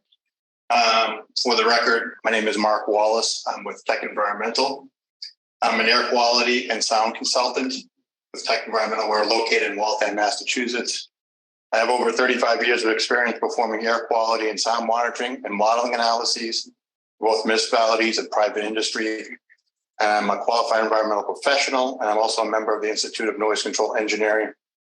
And over the past few years, I've worked on over a dozen warehouse projects performing air quality and sound studies. So you've had a copy of my March 9th report, so I won't go into a lot of details about the ambient air quality standards and the sound studies. What I'd like to point out are a few concerns of mine with related to both on the air quality side as well as from the sound perspective. And I'd like to probably take the sound study first, because I think that one has, for me personally, based on my expert opinion, is more of a concern for the field of Chestnut residences. There's been no sound study done for this particular project. Any kind of warehouse project that I've ever worked on, typically requires a sound study. And the reason why you do that is not only to protect, the community, but it also helps for the proponent, because in my opinion, if you don't do the sound study and then there are issues later, you have nothing to fall back on. So when we typically do a sound study, we do an ambient sound measurement program. And this is all detailed in my report. And the main concern here is with the Massachusetts Department of Environmental Protection noise policy. The town doesn't have its own sound bylaw. So we default to the state's regulations on that. And that requires doing an ambient sound monitoring program to establish the ambient conditions. And typically you do a long-term sound monitoring program for at least 7 days to establish the ambient conditions. And you may also go out and do some additional testing in residential areas around the particular site. And then from that, you also look at doing an acoustic modeling analysis. And the reason behind the acoustic modeling analysis is that you take the information that's provided by the proponent or the developer in this case, and based on what information you have at that particular time, and we worked on a number of these kind of spec buildings where there is no tenant known, right? And they want to operate 24/7. So it makes it even more precarious that you try to do at least some kind of sound study to evaluate that. You can always go back later to adjust that once you know what the particular tenants are for that particular building. And the focus really has been on the trucking activities, but you can't forget about rooftop equipment as well. We have found that there are concerns with the sound from rooftop equipment, and particularly late at night. Because it's such a large building, there'll probably be a number of rooftop units, HVAC equipment that'll be operating 24/7, regardless of whether it's operating 24/7. And the focus of the ambient study is typically looking at the quietest times at night. So that's why we do hourly sound measurements for a 7-day period. And, we look at the lowest ambient sound conditions. So if this is going to be a 24/7 operations, then you got to look at those quietest times, because there's still going to probably be trucks that are going to be moving in, maybe some other trucking activities. Now, they may not be as intense as they would be during the daytime. And so that could be a major concern late at night, is if you have a few trucks moving around the site, backing up with backup alarms. They also have, I believe it's 100 trailer storage areas. So there's usually equipment that's associated with that, moving the trailers back and forth. So all those things come into play when you're doing a sound study. So when we do our modeling analysis, it's a 3-dimensional model. We take into account all the sound sources operating, and we compare that to the ambient sound conditions. If they're over the 10 decibel allowable limit in the Mass DP noise policy, or cause a pure tone condition, then we look at mitigation measures. And this particular facility, given the location of the building, how tight it is with the loading docks and the truck traffic moving around the site, to me, based on my expert opinion, it would be likely that you would need to do some kind of sound mitigation. And those may be walls or earth berms, or changes to their operations. If you're finding out that late at night you're having a potential noise concern. So, in addition to that, there are a number of best management practices that could be used. That sort of good neighbor practices that we work with other developers. Use of white backup noise alarms, for their own equipment or their tenants' equipment. Making sure that all loading dock areas, the doors are closed, because sound from inside the building can come out. No jake braking within, unless it's for safety reasons.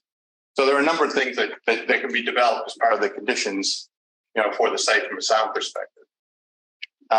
From an air quality perspective, the biggest concern really is about particulate matter, fine particulate matter. This is all documented in my report. And typically, the concern is from trucks idling and trucks moving around the site. HVAC equipment, from a combustion standpoint, has very minimal, air quality impacts. So the focus really is, have you evaluated what the potential concerns are for the nearby neighbors? And what we typically do is at least do a qualitative evaluation. How are you what are the best management practices that you're going to do to minimize truck emissions? There's an anti-idling law in Massachusetts. The trucks can't idle for more than 5 minutes. Typically, you'd have some kind of signage to minimize that. There's not much you can do on the trucks themselves because they're not owned by the developer. But any kind of equipment that's on site could be electrified or have filters put on. If they're going to use diesel, forklifts or any kind of other kind of equipment. So those are some of the things that I've sort of highlighted in my report, my concerns. And I really would urge the board, to have a sound study done prior to really approving this project, because, doing it after the fact really could become problematic.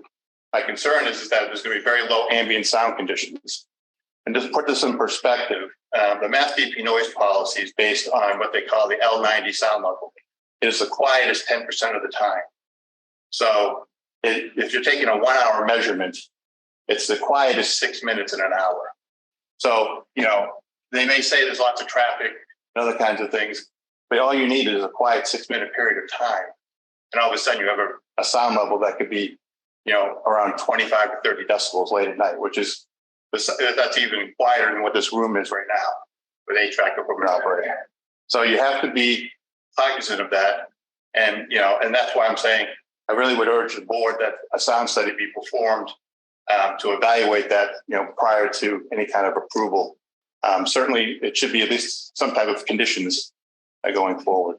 And so you think this sound study would be beneficial even though it hasn't been developed or there's no activity presently? That's correct. Property. That's correct, right. We've done that before.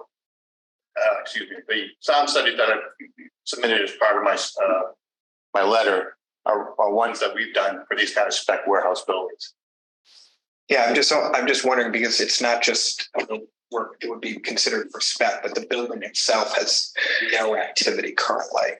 So what do you believe the type of significant sound it would pick up presently, even though the warehouse is the current building is fully abandoned? Yeah, the current building is abandoned, so we're not evaluating. So you're just looking at what the baseline is right now as it stands. As it stands right now. Okay. Yeah, that would be the ambient condition. Yeah. The acoustic modeling would be based on, on the design of the building itself. It's a 40-foot building. They have to assume a certain number of pieces of HVAC equipment. You work with the traffic study to determine how many trucks would be moving in and out of the site. And then you also model the idling trucks and the other kinds of activities on site to assess whether you're going to be in compliance to the Mass DEP noise policy. Okay. Thank you. I would like to allow just the applicant, if you would like to respond, and then I'm going to do the same thing for the next expert, but just would you like to wait until the next expert? Our response would be more general related to the previous comments. So we'd be happy to. Okay. So let me just respond. Just specifically on noise. So the applicant owns a property that it could turn on now. Saying this is not being spec built on raw land. So to do a noise study without accounting for the fact that we could activate that property probably in a much noisier way than it would with a new built facility should not be the baseline. We're happy to have a condition for a noise study, but it should reflect the existing conditions on property and our ability to use the property as it's currently constructed. There's a legal point that has to be. I can do it in 2 seconds. The answer to that is that if they start using the building in a manner that unreasonably interferes with the peaceful, if they start using the building in a way that unreasonably interferes with the peaceful and quiet enjoyment of the fields at Chestnut, sure, he's right. No zoning problem. That's called a private nuisance, and we will be in the Superior Court. And we did not come to that nuisance. The building has been abandoned, and so they would, and this, by the way, is not a negligence tort. It's not something lawyers are often familiar with. It's unreasonable interference. That is a fact-specific jury question. So make no mistake, they cannot do that with impunity. Thank you. Okay. So I will allow the next expert individual to just speak on their report. To just identify yourself. Of course. Good evening. My name is Dan Mills. I'm a principal traffic engineer with MDM Transportation Consultants. As Attorney Phil mentioned, Robert Michaud was in front of the board back in February. He described our review that was done in their traffic study to supplement the town's consultants' review. He honed in on the specific use of the building, and that there's a large range and very variable traffic that can be generated by warehouses, whether they're storing material, whether they're sorting material. So there's a whole range of traffic generated. This particular traffic study honed in on Land Use Code 150, which is a generic warehouse use. We feel that they underestimated the traffic that would be generated by the building. I think under the request that we submitted for your consideration, that you request a sensitivity analysis to demonstrate if the building was to generate a higher level of traffic, what are the impacts on the roadway system. We haven't seen anything from the applicant. We don't believe that work has been done. We have been engaged by the abutters group to do some type of sensitivity analysis. And that's a document dated March 14th, 2023 that you hopefully have received. In that document, we go and we identify 2 different alternatives to estimating traffic volume. We look at the number, and the parking lot is constrained with 254 parking spaces. So we looked at, instead of the size of the building itself, we looked at the number of parking spaces that would be afforded to their employees. So we looked at that, and we also looked at if you were to petition the building and use it, one as sort of a standard warehouse use and the other to use it as a parcel hub use, what type of level of traffic would be generated. In both those scenarios, the expected amount of traffic is double what is provided in their traffic study. So they had approximately 94 peak hour trips. We're estimating that they'd be about 215 to 193 to 215 vehicles during the peak hour. So a substantial difference in volume. Under the traffic study, there was some recommendations under their traffic study. There's recommendations that simple signal retiming would offset their impact at the Chestnut and Shaker Road intersection.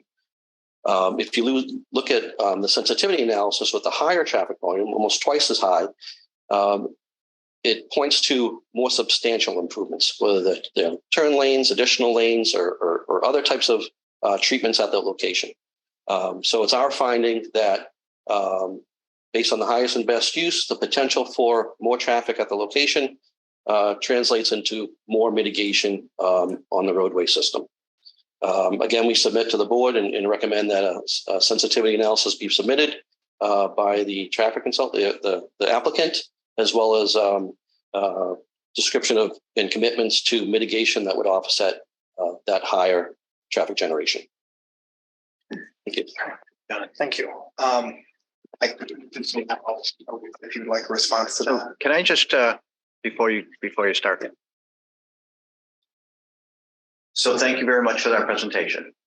But that is exactly what we are dealing with. Use hypotheticals. And we're dealing, so the entire thing is what if this goes in? What if that goes in? What if this many trucks versus that many trucks? I mean, that's the thing that's just making my mind explode, quite honestly. We understand and agree, and that's why we've said under the bylaw and under a perfectly reasonable condition, we would be more than happy to come back to this board with the actual tenant and the actual numbers. And we needed to do a traffic study because it's required under the bylaws. It's speculation by its nature. We have speculation that it's going to be higher. We're fine with it permitting an empty building and coming back with the actual tenant, with the actual numbers and the actual use before that tenant goes in. And that's the solution, respectfully. Okay. Mr. Chairman. So Rob Levesque from our Levesque Associates. I'd like to talk a little bit about traffic, and I'd also like to talk generally about the items that were discussed previously. So I appreciate the time. I think it's important to understand that, just like Seth said, we have provided information that's required. The information that's been provided is based on industry standard, on engineering practice. That engineering practice has provided you a land use code from the ITE manual that describes that specific use that we have on our site plan. The traffic engineer, MBM, we had requested additional information from them via email, which we did not receive. The information we wanted was site specific. So what's important to understand, it's important to understand that this site specific information is very important to what's going on here. We cannot do the types of facilities that they want to do, or what they want to compare us to. If you read through the MEPA information, which Mr. Punderson mentioned he did, I certainly did. One of their sites was 170 acres.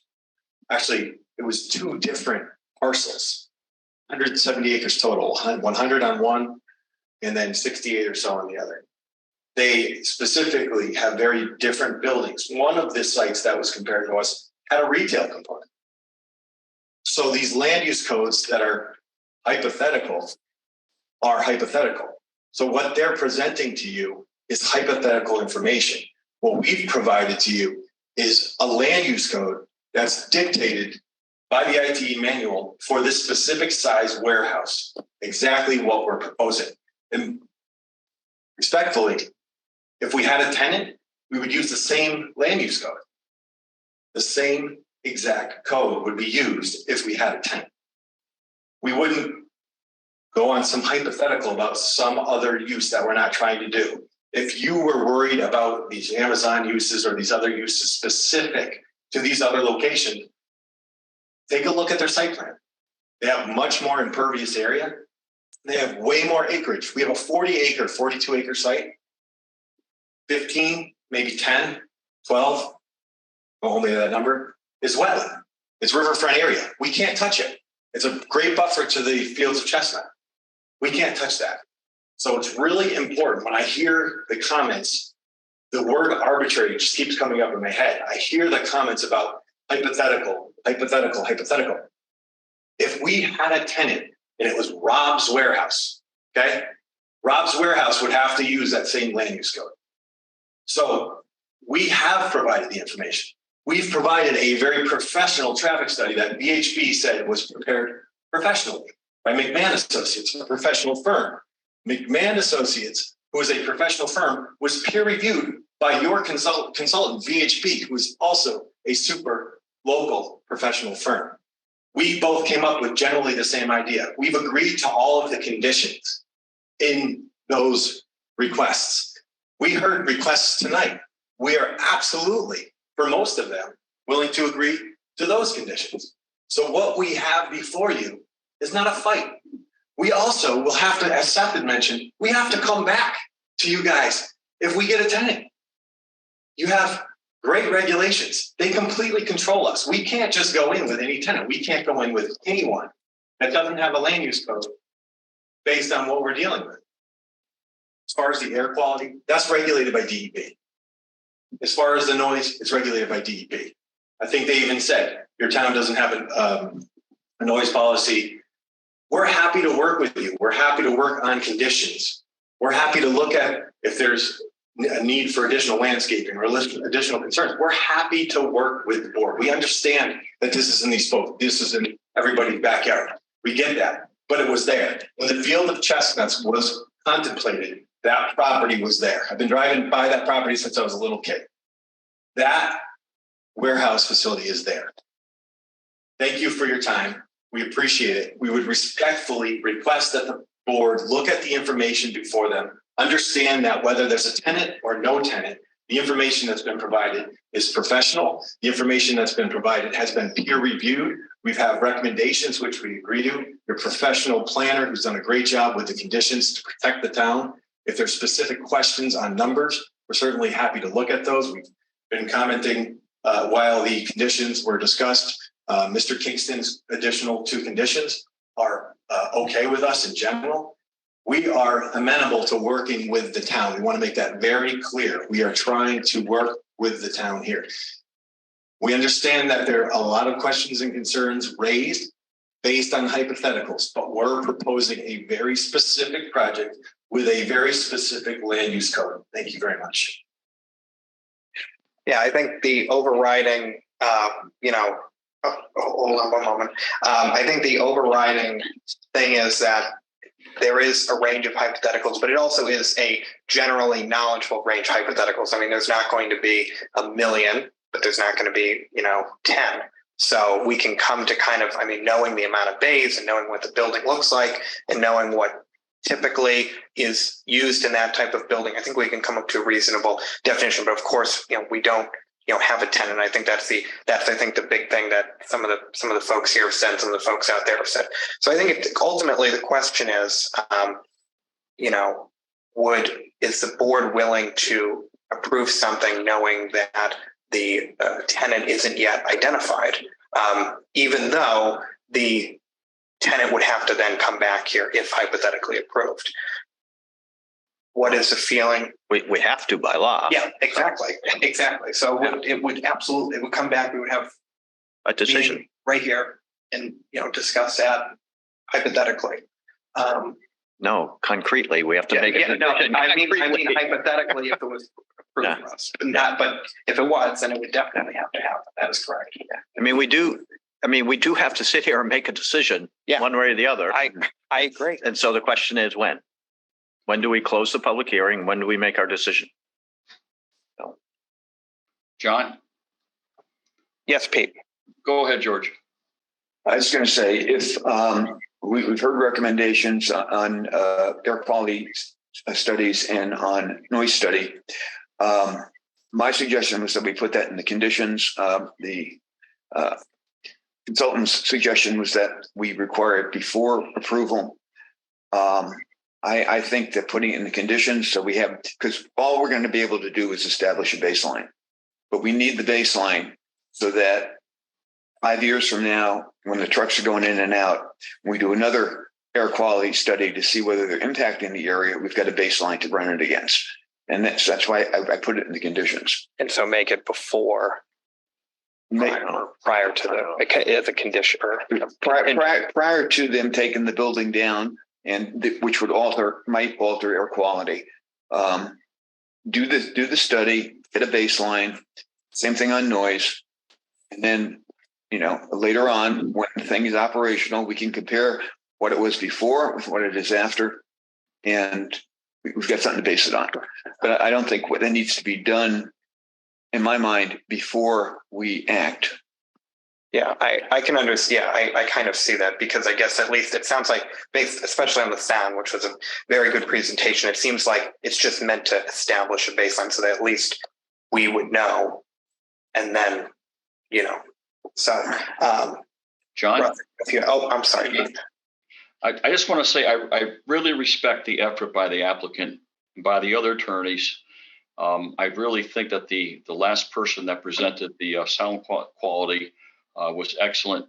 But I just implore everybody, the heck with the speculation. I don't care about the tendency when I make this comment. You've got to realize there's 100 loading docks. Fullest and best use is 100 loading docks being used properly to full extent.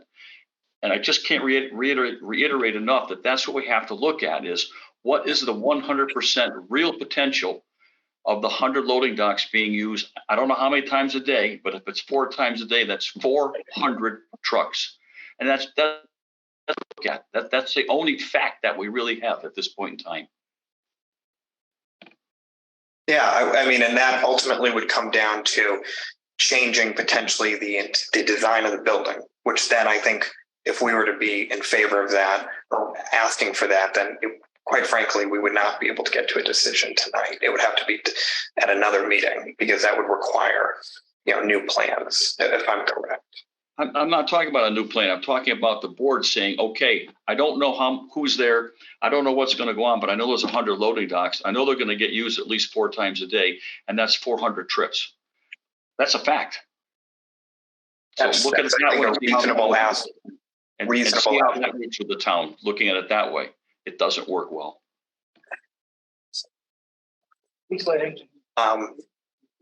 I'd like to make a motion to close the public hearing.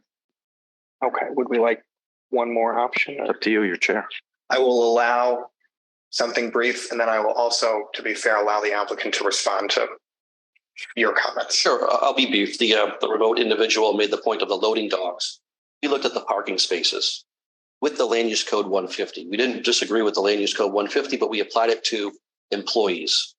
So, and that came up with a number that's twice as high than what is their report for their square foot of the building.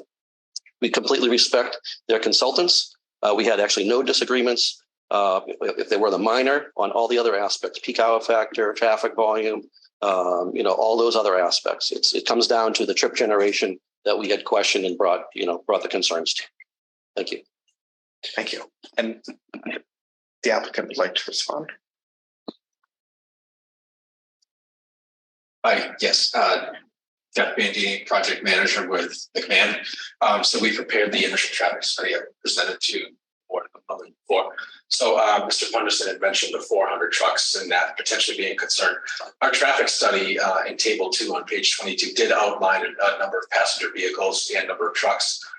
We presented a number of 338. So if that number, if the 400 number that's being thrown about is a concern, respect, I think we're in that range of, outlining what our potential impacts are with respect to number of trucks per day. That's it. Okay. So are you saying that's at least 338 truck trips and 162 employee trips?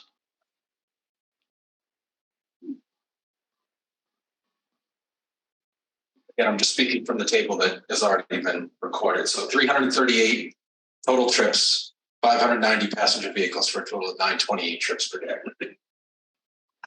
That's a lot of trips. And this is an entire day. This is not projected over a. That's 900 trips a day more than there is now. Well, yeah, that's something. Might be. To do that. If I could make a final response, I know I've said it several times. We understand there's risk to the town. The most risk right now is on the developer. If you approve this and they build what has been planned, they have a building with 100 loading docks, and it's empty because you don't approve site plan review of the tenancy once they're identified. The problem is, without building a building, you can't get tenants. And so there's a cart before the horse issue. The applicant is taking substantial risk that they'll be able to find tenants that can satisfy the planning board and have reasonable conditions on those tenancies so that we don't need to speculate. There's tremendous risk that they spend a lot of money and you don't approve those tenants going in there. But that's the protection for the town. That's wrong. All right. Stay without tenants. I do not apologize. Please. That's wrong. There is a process here. I'd like you to please respect it, Attorney Pill. I'm being serious. Please, excuse me. We have given each, the applicant, yourself, and the people that you've presented, I think, equal distributive time. There has been a request to close the public hearing. We waited to do that so that we could have another response from one of your experts. But I implore you to please respect the process, Attorney Pill. Please. I understand where you're coming from. And I think that we as a board have been fair at trying to allow people to comment on this. We have read the reports that came in a few weeks or earlier this month.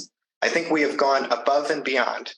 And if somebody disagrees with that, then I'm sorry. But I do thoroughly believe that we have given people the opportunity. I've given people opportunity outside of this capacity to free to ask or give comments or anything of that nature. We have a great staff that has been collecting those comments. So, but please respect the process. John, can I just, so I'm going to make a motion to close the public hearing, but with this caveat, okay? I think we need to give Bailey an opportunity to review everything that was discussed in the meeting, develop a new list of proposed conditions, because George has, proposed some, I've proposed some, we've all proposed some.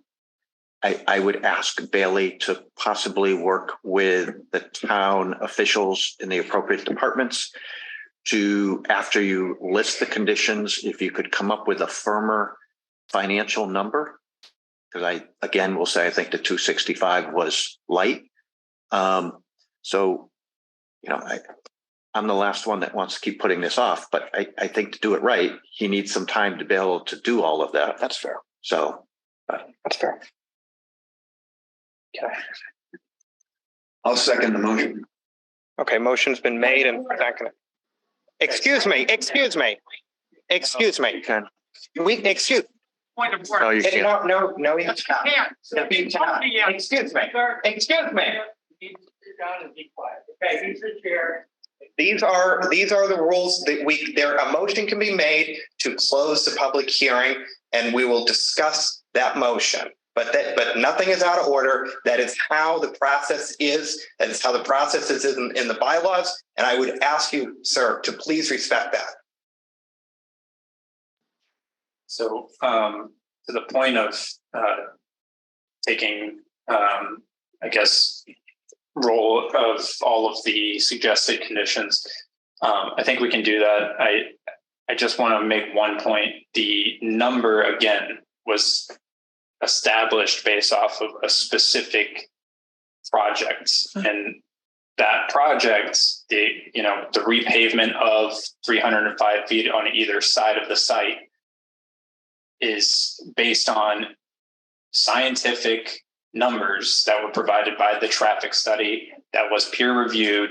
So it's not just an arbitrary number that we can throw out, and we can't add to that without any specific number or specific project to tie that number to. And again, that was also proposed by the developer, not by the town. So that is something that they would come to us with out of good faith and allow us to put in our condition, that agreement, and they'd be, agreeable to that on the outset. So I mean, to that, I can do what I can with that, but I would just recommend to the board that tonight maybe come up with, the conditions that would equate a higher number, or, some specific thoughts that may add to that. And I guess to that point also, also mitigate the impact of the project or the issues that the board sees with the project. But it has to be something specific that we can tie to that number. Okay. Motion has been made. Motion has been seconded. Further discussion. I want to make this perfectly clear. Okay, very perfectly clear.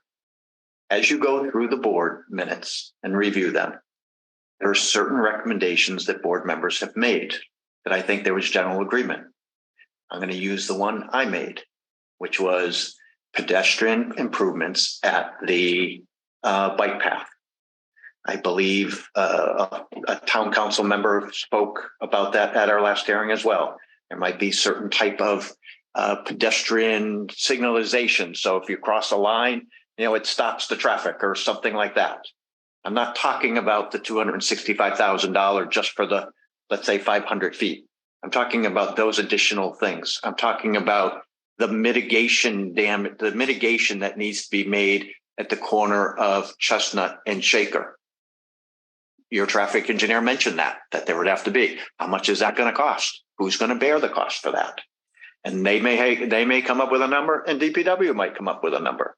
I'm not talking about that specific, right in front of their, and then I think the other thing that people need to realize, if this goes forward, the town council might step in, and the town council might make certain rules of the road that have an impact on the project. They may reduce the mile per hours on Chestnut Street. They might reduce mile per hour on Shaker Road. They may say no truck traffic into the rotary. So just so that you're aware of it, they certainly have an opportunity to weigh in on that as well. So, because we're not the only board that is dealing with this specific issue. So.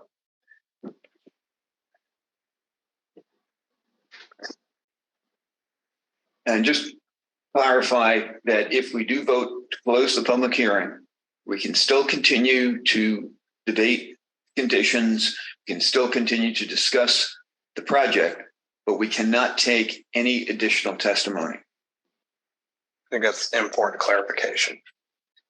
Okay. So hearing I don't know if there's any further discussion. If not, then I'd ask if we can do a roll call vote. Pete? Aye. George? Aye. I'm an aye. Aye. Aye. That passes 5-0. So would we like to make a motion now to continue? No, you're not continuing. The hearing is closed. But okay. We can reconvene to discuss and then vote. I don't think we're ready to vote tonight. Yeah, no.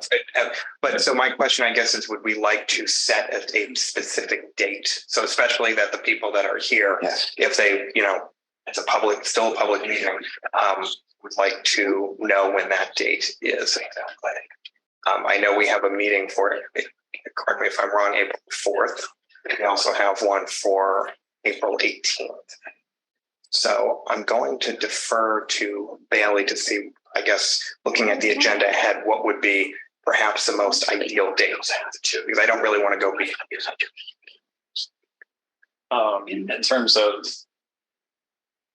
I guess just logistics, we have the larger room on the second meeting of every month, so it'd be easier to accommodate a larger crowd on the 18th. And the 4th, we have a couple of public hearings already, so just the hearing's closed now, but those could take more time than our normal meetings. So unfortunately, I will not be here on the 18th, and I will be on an airplane, so I can't Zoom. We could see what we could do with the 4th, but I can't necessarily say we can accommodate the in-person crowd. Again, the public hearing is closed, so I don't see a need for the public to come, but also we want to also allow that if that is something that people want to do. So do we know, do we know if there is anything that like happening in this room on that particular day? Okay. Yeah. So I guess maybe then, would we like to set perhaps a tentative date of the 4th? Of what day? Of what month? April. Okay. No. Mm-mm. Or You're not going to need more time, Bailey?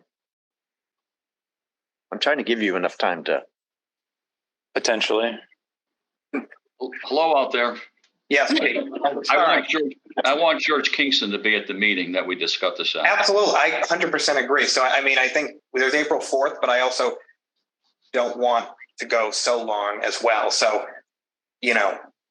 we could also find an alternative, beyond, I guess, maybe those 2 days. George, when are you around?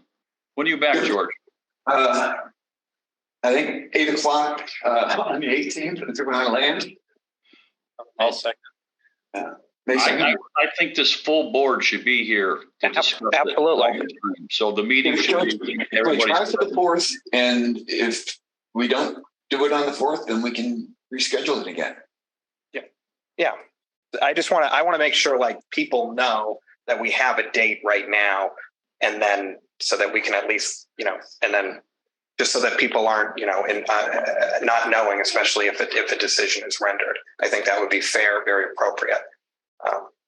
So April 4th, we will put it on the agenda and go forward in that manner. And it seems like if there's any major math problems, I would be there. So I'll be on the road. He's not with the board. Pete's not going to be here on April 4th. I'm not going to be here. I'll be on my way home. So will you be? So May 2nd. May 2nd is the first date in May. So I just want to make sure it's clear. So everybody can make May 2nd, barring any type of emergency or unforeseen circumstance. Yes. Perfect. Okay. May 2nd it is, everybody, at 6 o'clock. Yes, Pete. I'm sorry to keep interrupting, but you don't see me over here. That's okay. Also, I want the recommendation of right-hand turns only exiting the property to be in your notes too, please. Yep. Yeah. So can we take a 5-minute adjourn? Yes, I will entertain a motion for I'm going to say 10 minutes because I need to do about 10-minute adjournment. So moved. Motion's been made and seconded. Quickly, everybody. Recess. Yeah.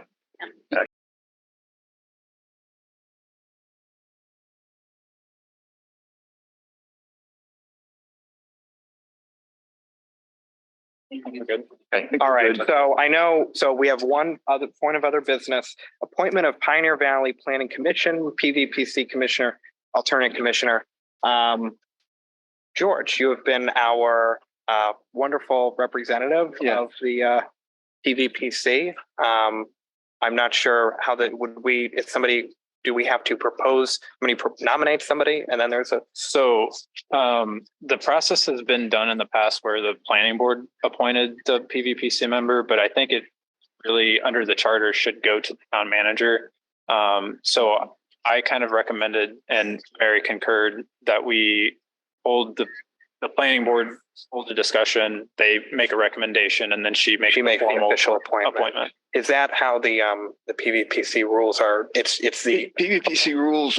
It defer to whatever the town rules are. I see. Okay. So, and that, I think that maybe might getting it up to speed in that. But in general, the understanding is that the commissioner will be a member of the planning board, and then the alternate, which needs to be a resident of the town. So that the actual commissioner has to be a planning. Has to be a planning board member.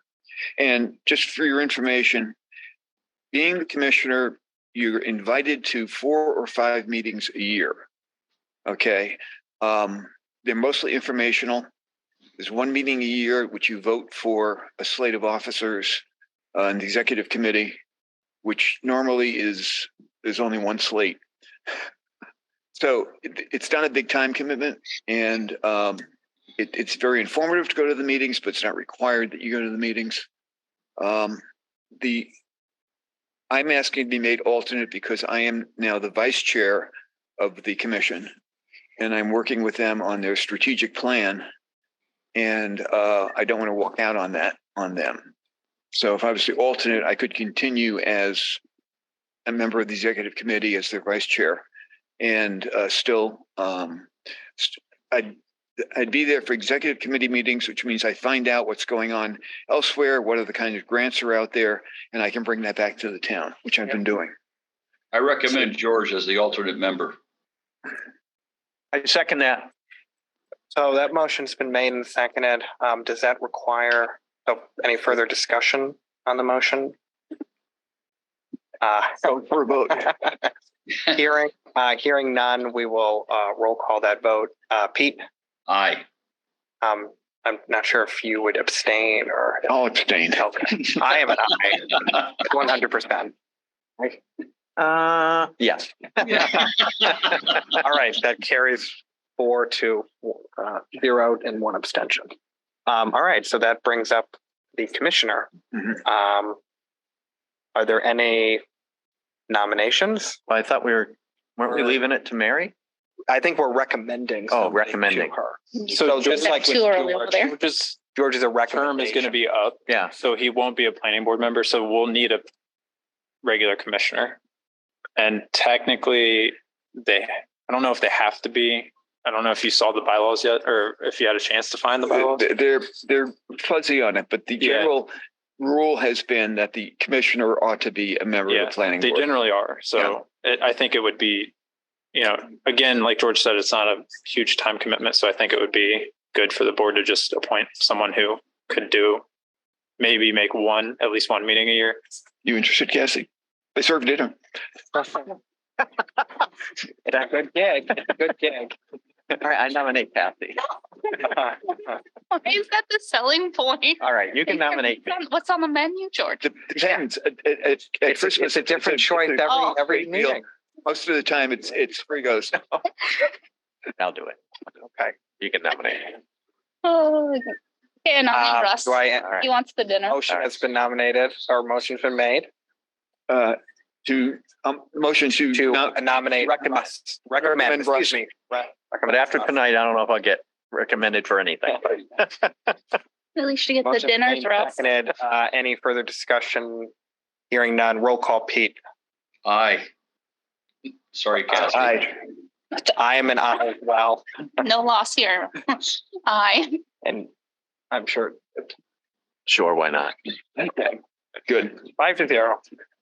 Both of those have been recommended to the town manager. Bailey, I know you have a director's report if you want to make Better be quick. Yeah, a little brief.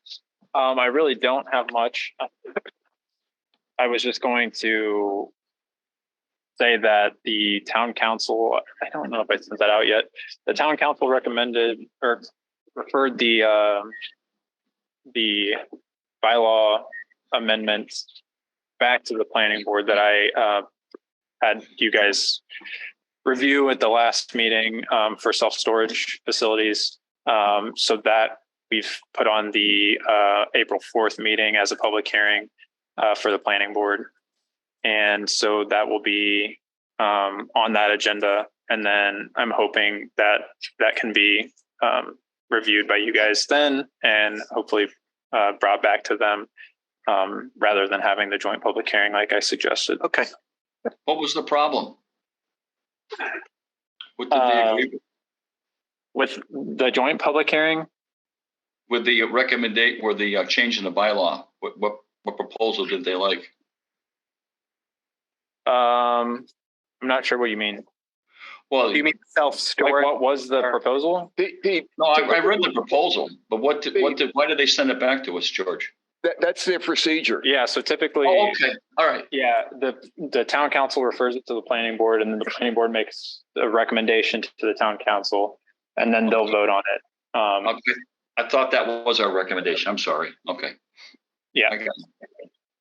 So that's really all. Okay. Motion to adjourn. Motion to adjourn. Motion made, seconded. Any further discussion? Quick, Pete, all those in favor, or roll call? Aye. Aye. I'm Aye. Aye. Good night, everyone. Good night, everyone.